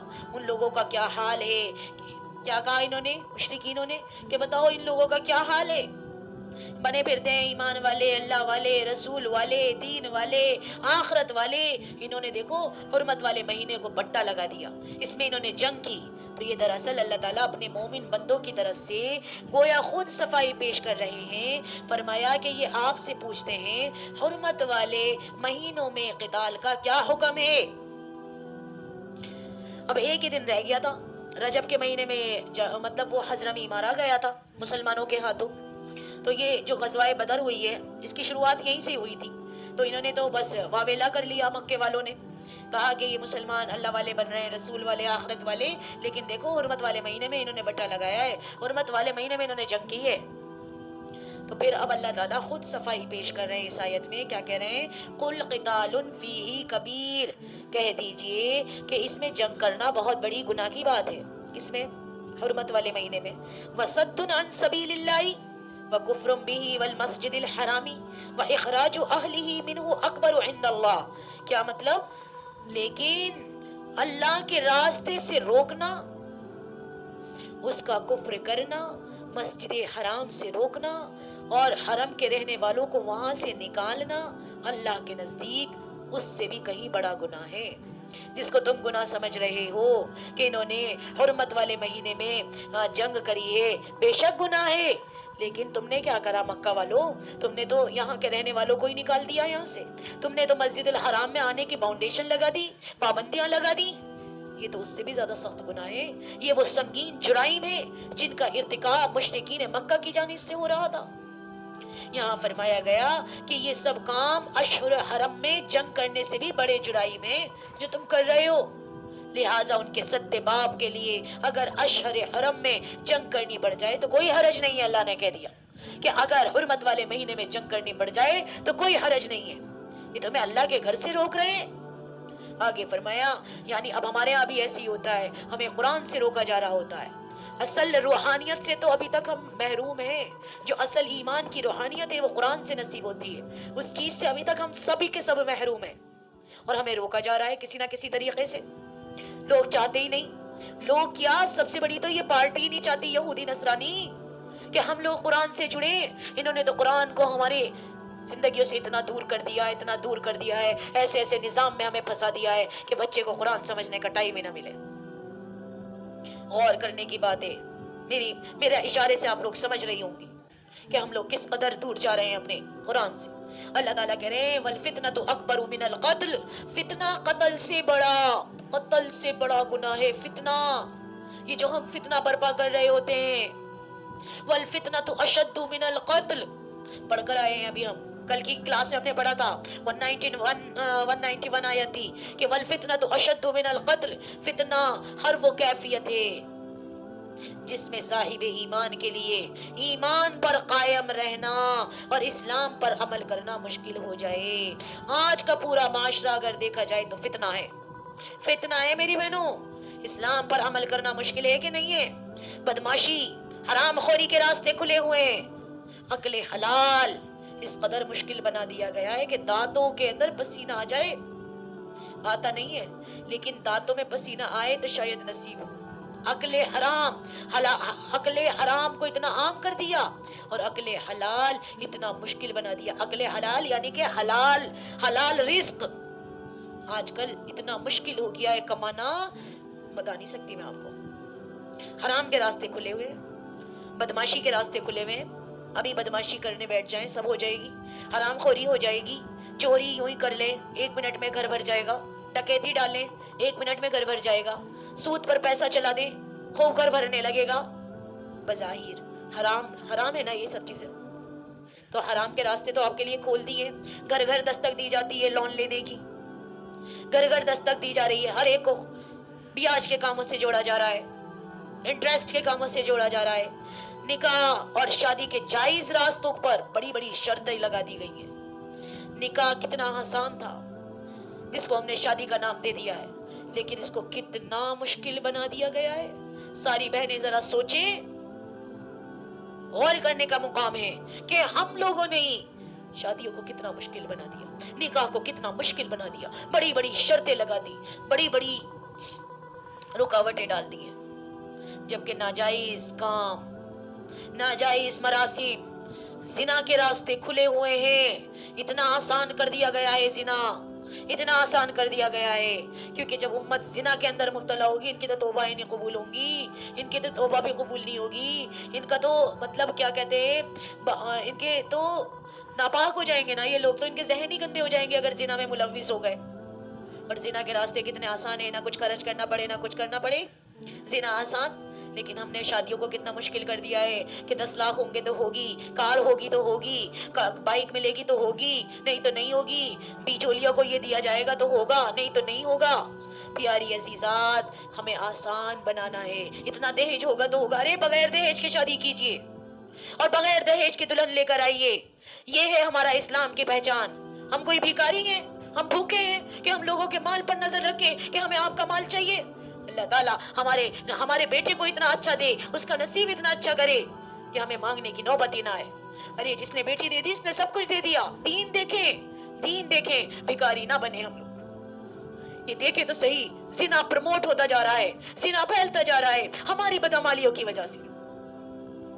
ہمیں اڑ چکے ہیں، ہمیں خوبصورتی بھی چاہیے، ہمیں مال بھی چاہیے، ہمیں پیسہ بھی چاہیے، ہمیں خاندان بھی چاہیے، ہمیں سب چیز چاہیے، اور بیچاری جوان جوان بیٹیاں، جوان جوان بیٹے بیٹھے ہیں اور وہ غلط غلط کاموں میں ملوث ہو رہے ہیں۔ ہم فکر ہی نہیں کر رہے۔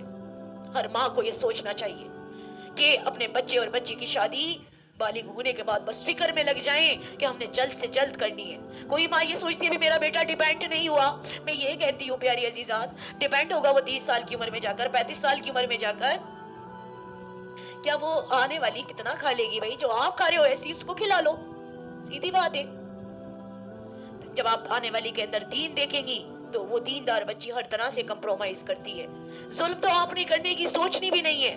کوئی ماں اگر اپنی دلہن پر ظلم کرنے کی سوچتی ہے، اللہ کی قسم وہ اپنے بیٹے کو اذیت دے رہی ہوتی ہے۔ کوئی بہن اگر اپنی بھابھی کو ستانے کی سوچ رہی ہوتی ہے، وہ اپنے بھائی کو ستا رہی ہوتی ہے۔ آپ چاہتی نہیں کہ ہماری نسل پرواز چڑھے، ہماری نسل بہترین بنے، تو اپنے گھر کی دلہنوں کو سکون دیجئے۔ جتنا وہ سکون میں آئیں گی نا اتنی اچھی تربیت کریں گی۔ ہاں اس چیز پر آپ ضرور ٹوکیے کہ آپ نے میرے پوتے کی، میری پوتی کی تربیت کرنے پر کیوں نہیں وقت لگا رہی، کیوں نہیں دین سکھا رہی میرے بچے کو۔ اس پر آپ ڈانٹ بھی سکتی، پورا حق ہے آپ کو۔ لیکن ہماری لڑائیاں بس پتہ نہیں کس باتوں پر ہو رہی ہوتی ہیں۔ ان سب چیزوں سے باہر نکل کر ایک خوبصورت ماحول کریٹ کریے، سچ میں گھر کا جنت بن جائے گا گھر، دین آ جائے گا گھر میں۔ فتنوں سے بچائیے اولاد کو۔ اب جب بچہ 35 سال کا ہو رہا ہے، سیلف ڈیپینڈ بن گیا ہے، آپ کو پتا ہے آپ کا بچہ صحیح ہے، آپ نے تو اس کو پر بڑا ظلم کر دیا۔ 12 سال میں جا کر آج کا بچہ یہ بالغ ہو رہا ہے، بلکہ آج تو اتنی بے حیائی آگے آ گئی ہے کہ اتنی کم عمر میں سب کچھ جان جاتے ہیں۔ کیا نفس انہیں ملامت نہیں کرتا ہوگا؟ کیا نفس امارہ انہیں نہیں گناہ کی طرف راغب کرتا ہوگا؟ اس کے ذمہ داران کون ہیں؟ والدین اس کے ذمہ داران ہیں۔ تو پیاری عزیزات، یہ راستہ ہی ختم کریے۔ آپ دیکھیں شیطان آ کہاں سے رہا ہے میرے بچے کی زندگی میں، میری بچی کی زندگی میں کہاں سے آ رہا ہے؟ آپ نے فکر کرنی ہے، ارادے کرنے کہ ہم نے یہ فتنہ پنپنے ہی نہیں دینا۔ ہر وہ چیز فتنہ ہے، پورا معاشرہ آج کا فتنہ ہو رہا ہے کہ ہم اللہ سے دور ہوتے جا رہے ہیں۔ باطل کا غلبہ سب سے بڑا فتنہ ہے۔ جس معاشرے کے اندر باطل کا غلبہ ہو جائے اور حق پر چلنا ممکن نہ رہے، وہ انسان سمجھ لے کہ ہم بہت بڑے فتنے میں مبتلا ہو گئے۔ خدا کی قسم ہم سارے کے سارے بہت بڑے فتنے میں مبتلا ہو گئے۔ ہم چاہ کر بھی نہیں کر پا رہے اسلام کے قانون کو زندہ کرنا۔ ہم کوشش کر رہے ہیں کہ ہماری شادیاں، ہمارے نکاح بالکل سادے طریقے سے ہوں، چاہ کر بھی کوشش نہیں، ہم کوشش کر رہے ہیں کہ یہ چیز رائج ہو جائے، پھیل جائے، رواج پا جائے، مگر باطل کا غلبہ اتنا زیادہ ہے، ہر بہن اس غلبے کے اندر مبتلا ہے، ہر بہن باطل کا ساتھ دے رہی ہے، کوئی اس چیز کو چھوڑنے کو تیار نہیں، کوئی اس چیز کو ترک کرنے کو تیار نہیں کہ ہم ایسی جگہ نہ جائیں جہاں اللہ کے قانون ٹوٹتے ہوں۔ اگر نہیں برادری سامنے آ جاتی ہے، یہ برادری ہمارے ساتھ نہیں دے گی، عقل مند ہیں تو پہچانیے باطل کا غلبہ سب سے بڑا فتنہ ہے، لہذا فرمایا کہ فتنہ قتل کے مقابلے میں بہت بڑی شے ہے۔ وَلَا يَزَالُونَ يُقَاتِلُونَكُمْ حَتَّى يَرُدُّوكُمْ عَنْ دِينِكُمْ إِنِ اسْتَطَاعُوا، اور یہ لوگ تم سے جنگ کرتے رہیں گے یہاں تک کہ لوٹا دیں تمہیں اپنے دین سے، اگر وہ ایسا کر سکتے ہو۔ وہ تو اس پر تلے ہوئے ہیں، کون؟ کفار مشرکین، کہ یہ لوگ دین سے پھیر دیں، یہ تمہیں تمہارے دین سے پھیر دیں، اور آج بھی یہی کوششیں کی جا رہی ہیں کہ ہمیں دین سے پھیر دیا جائے۔ یہاں مشرکین مکہ کی طرف اشارہ ہو رہا ہے، کیونکہ اب غزوہ بدر کی تمہید چل رہی ہے۔ غزوہ بدر کی بارے میں کیا کہنا چاہیے، کیا کہوں میں آپ سے، کہ مطلب غزوہ بدر شروع ہونے والا ہے، اس سے پہلے یہ آپ کا ذہن بنایا جا رہا ہے، اس کی تمہید آ رہی ہے کہ اس کے بعد غزوہ بدر ہونے والا ہے۔ اس کے لیے اہل ایمان کو ذہنی طور پر تیار کیا جا رہا ہے، کہ انہیں آگاہ کیا جا رہا ہے کہ مشرکین کی جنگ کا مقصد تمہیں تمہارے دین سے برگزشتہ کرنا ہے۔ وہ تو اپنی بھرپور کوشش کرتے رہیں گے، اگر ان کا بس چلے تو تمہارے دین سے لوٹا کر تمہیں واپس لے جائیں۔ وَمَن يَرْتَدِدْ مِنْكُمْ عَنْ دِينِهِ، سن لو جو کوئی بھی تم میں سے اپنے دین سے پھر گیا، فَيَمُتْ وَهُوَ کافر، اور اسی حالت میں اس کی موت آ گئی تو وہ کافر ہی تھا، وَأُولَئِكَ حَبِطَتْ أَعْمَالُهُمْ فِي الدُّنْيَا وَالْآخِرَةِ، تو یہ وہ لوگ ہیں، یہ وہ لوگ ہوں گے جن کے تمام اعمال دنیا اور آخرت میں اکارت جائیں گے، بیکار ہو جائیں گے۔ یہ وہ لوگ ہوں گے میری بہنوں، اللہم حافظنا، پہلے خواہ کتنی ہی نیکیاں کی ہوئی تھی تم نے، کتنی ہی نمازیں پڑھ لی، کتنا ہی خرچ کر لیا، کتنا انفاق کر لیا، کتنے صدقات کر لیے، کتنے دے دیے، جو کچھ بھی کیا سب کے سب صفر ہو جائیں گے اگر کفر کی حالت میں موت آئی۔ وَأُولَئِكَ أَصْحَابُ النَّارِ هُمْ فِيهَا خَالِدُونَ، وَأُولَئِكَ أَصْحَابُ النَّارِ وَهُمْ فِيهَا خَالِدُونَ، هُمْ فِيهَا خَالِدُونَ، اور وہ ہوں گے جہنم والے اور وہ اس میں ہمیشہ رہیں گے۔ کفر کی حالت میں موت نہ آئے، جب ہمارے سامنے حق واضح ہو گیا، ہم کیوں فتنے کی زندگی میں گھس رہے ہیں، سیدھا سچا دین کو کیوں نہیں اپنا رہے؟ کہیں ایسا نہ ہو اسی کفر کے اندر لگے ہماری موت آ جائے، ہمارا کام تمام ہو جائے اور جتنی بھی نیکیاں ہم نے کری وہ سب اکارت جائیں، سب بیکار ہو جائیں، نتیجہ صفر نکل کر آئے کہ ہم نے تو کچھ بھی نہیں کمایا اپنی زندگی سے، ہماری زندگی کا اینڈ ہو گیا۔ تو پیاری بہنوں، فتنے سے بچنا ہے، نکاح کو آسان کرنا ہے، دین کو آسان کرنا ہے۔ دین یقیناً ہے ہی بہت آسان، الدین یسرن، دین پر چلنا آسان ہے، آپ نے ہر چیز کو آسان بنا کر پیش کرنا ہے۔